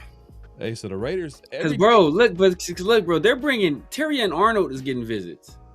And he just got indicted. He's got indicted for like kidnapping. Yeah, basically. 6'3", 320, Eddie Goldman. Yeah. I'm not gonna lie. Just bring him in to see what it looks like. I mean, Folu Fadakasi, he's like 31, 32 as well. But I don't think he has the injury history. But like I said, though, the Texans essentially drafted Caden McDonald to replace him. Right. So you don't want to operate like that where it's like we can't, but we could have had Caden McDonald. Yeah. And we just chose. So we might see something improved within the next, once he's kind of accumulated, like he's added to the, the defensive line, and we'll see, man. That's just one of the big question marks is that the defensive tackle position, wide receiver. There's some youth in the secondary. Rob Leonard is a big question mark. It's really the defense, and then you think about the offense, wide receiver, offensive line. You could technically see it's a question mark just because we gotta see some level of consistency, and hopefully they can go out there and go. We got some Mendoza haters in here. Oh man, that's too bad, man. That's too bad. That's too bad, man. Yeah. But hey, man, we appreciate everybody coming through. Make sure to clock in. At this point, clock out. Hit that like button. Hit that subscribe. Hit that notification bell. Yeah. Not really a lot of options available in free agency. So they would have to, if they really want to get someone, it would be via trade. And I don't think they would be just to answer someone's question again in the chat. They're talking about via. I don't think that would be possible because I know that. So the GM is basically Spytek's old boss. Yeah, Jason Light. He's come out and said we're not looking to trade him. So what that means, the value. Exactly. They're gonna be wanting top notch debt value. That's they're trying to make sure they can get the right deal in order to trade him. Exactly. Because came out and said like I don't want to play. Like he basically came out and said he wanted to get traded. Like so, we'll see. We'll keep an eye on that situation, man. But Severe, man, let people know what they can find you, what to look forward to, all that good stuff. Yeah, man, you guys know what it is, man. The Severe Raider here on YouTube, Snapchat, TikTok, X, IG, Kick, Twitch, True Social, everywhere. The Severe Raider, man. Holla at your boy. Tuesdays and Thursdays is my dog, PharoahNFL, the 50-50 show in the Round the Shield. Sundays and Wednesdays in the Raider Roll Room with Christopher from Protect the Shield, 805 Raider. I did a Monday show yesterday, man. Monday's a little, experimental. We hit on a whole bunch of different topics, man. A lot of different things, man. So I was trying to, broaden my horizons a little bit. But I will be at the Week 1 game. I'm not going inside, but I'll be out there tailgating. I will be in New Orleans as well for the New Orleans game, tailgating with the crew. And we'll, I'm gonna be out there with Chris and Turf. So if they decide they want to go to the game, I might go to. I've never been in the Superdome, so we'll see. Then I will be going to the Jets game as well. So if anybody is on the East Coast, anybody's in that area, I will be at the Jets game as well, man. So holla at your boy. Tap in with me, man. Hit me on IG if you're gonna be at any of those games. And yeah, man, we'll see what this season holds for us. There you go, man. I appreciate everybody coming through. Make sure to clock in. At this point, clock out. Hit that like button. Hit that subscribe. Hit that notification bell. And you can find me all over social media, PharoahNFL. Obviously, subscribe to the channel, PharoahNFL, Las Vegas Raiders, PharoahNFL, and also Around the Shield on IG, on X. Definitely give us a follow there. And yeah, man, hey, we go live weekly. Hopefully we'll be back later this week. Around the Shield. We might. You want to do the post game? Because I know. Yeah, I'm good with it. Do a post game. I know. The last week we kind of pushed it to Friday. It was a pretty good show. We had rundown on there. Hopefully we can get someone on this week and have a dope conversation about the game, the team, and yeah, it's gonna be fun. And I like that like I said, Clint Kubiak has Mendoza out there playing a whole lot of snaps, because he's gonna need it. He needs the opportunity, because this is the time. If you're gonna sit him, then he has to get it somewhere, right? So we'll see how it shakes out, man. But we appreciate everybody coming through and supporting the show as always. Anybody watching the replay, definitely leave a comment. Let us know your thoughts on the show, the conversation, the team, the state of the team, and where it's headed to, and what you think about the season. I know we kind of gave a little bit of the prediction. It hasn't changed for Severe. He says it's going to be only 4 wins. I'm saying 5. I'm saying 5 to 6. I think that's probably where I was at, 5 to 6. So I'll probably stick with that too. I really don't see anything, and I'm not, and I just want to be clear, and I think Severe could probably agree with this. You're not judging this team based off wins and losses. You're judging this team on completely different things, and that's just like I said, the young players getting better, having belief in the coaching staff as well. There's just a general direction where this team is headed, and I think if they can show that, then we've seen teams progress after having good drafts and just going in the right direction. We've seen 2014 happen, then 2015 was 7-9, and went from 4-12, that 7-9, and then eventually 12-4. That was we seen that project. It just fell off real quick though. Yeah. I mean, shout out to Jack and man, and Derek Carr for that situation. But it is what it is, man. But hey, look, we'll be back later this week, man. Definitely tune in. It's gonna be a post game affair of after that Houston Texans game, man. But we appreciate everybody coming through. Severe, any last thoughts before we head out? Nah, man. As Pharaoh already said, man, this season is not about wins and losses. It's about making progress. I don't really care what the record is at the end of the year, as long as the team shows some growth and they're on the right trajectory. I'm gonna be happy with the outcome. Yeah, 100%, man. We'll see y'all later this week, man. Peace.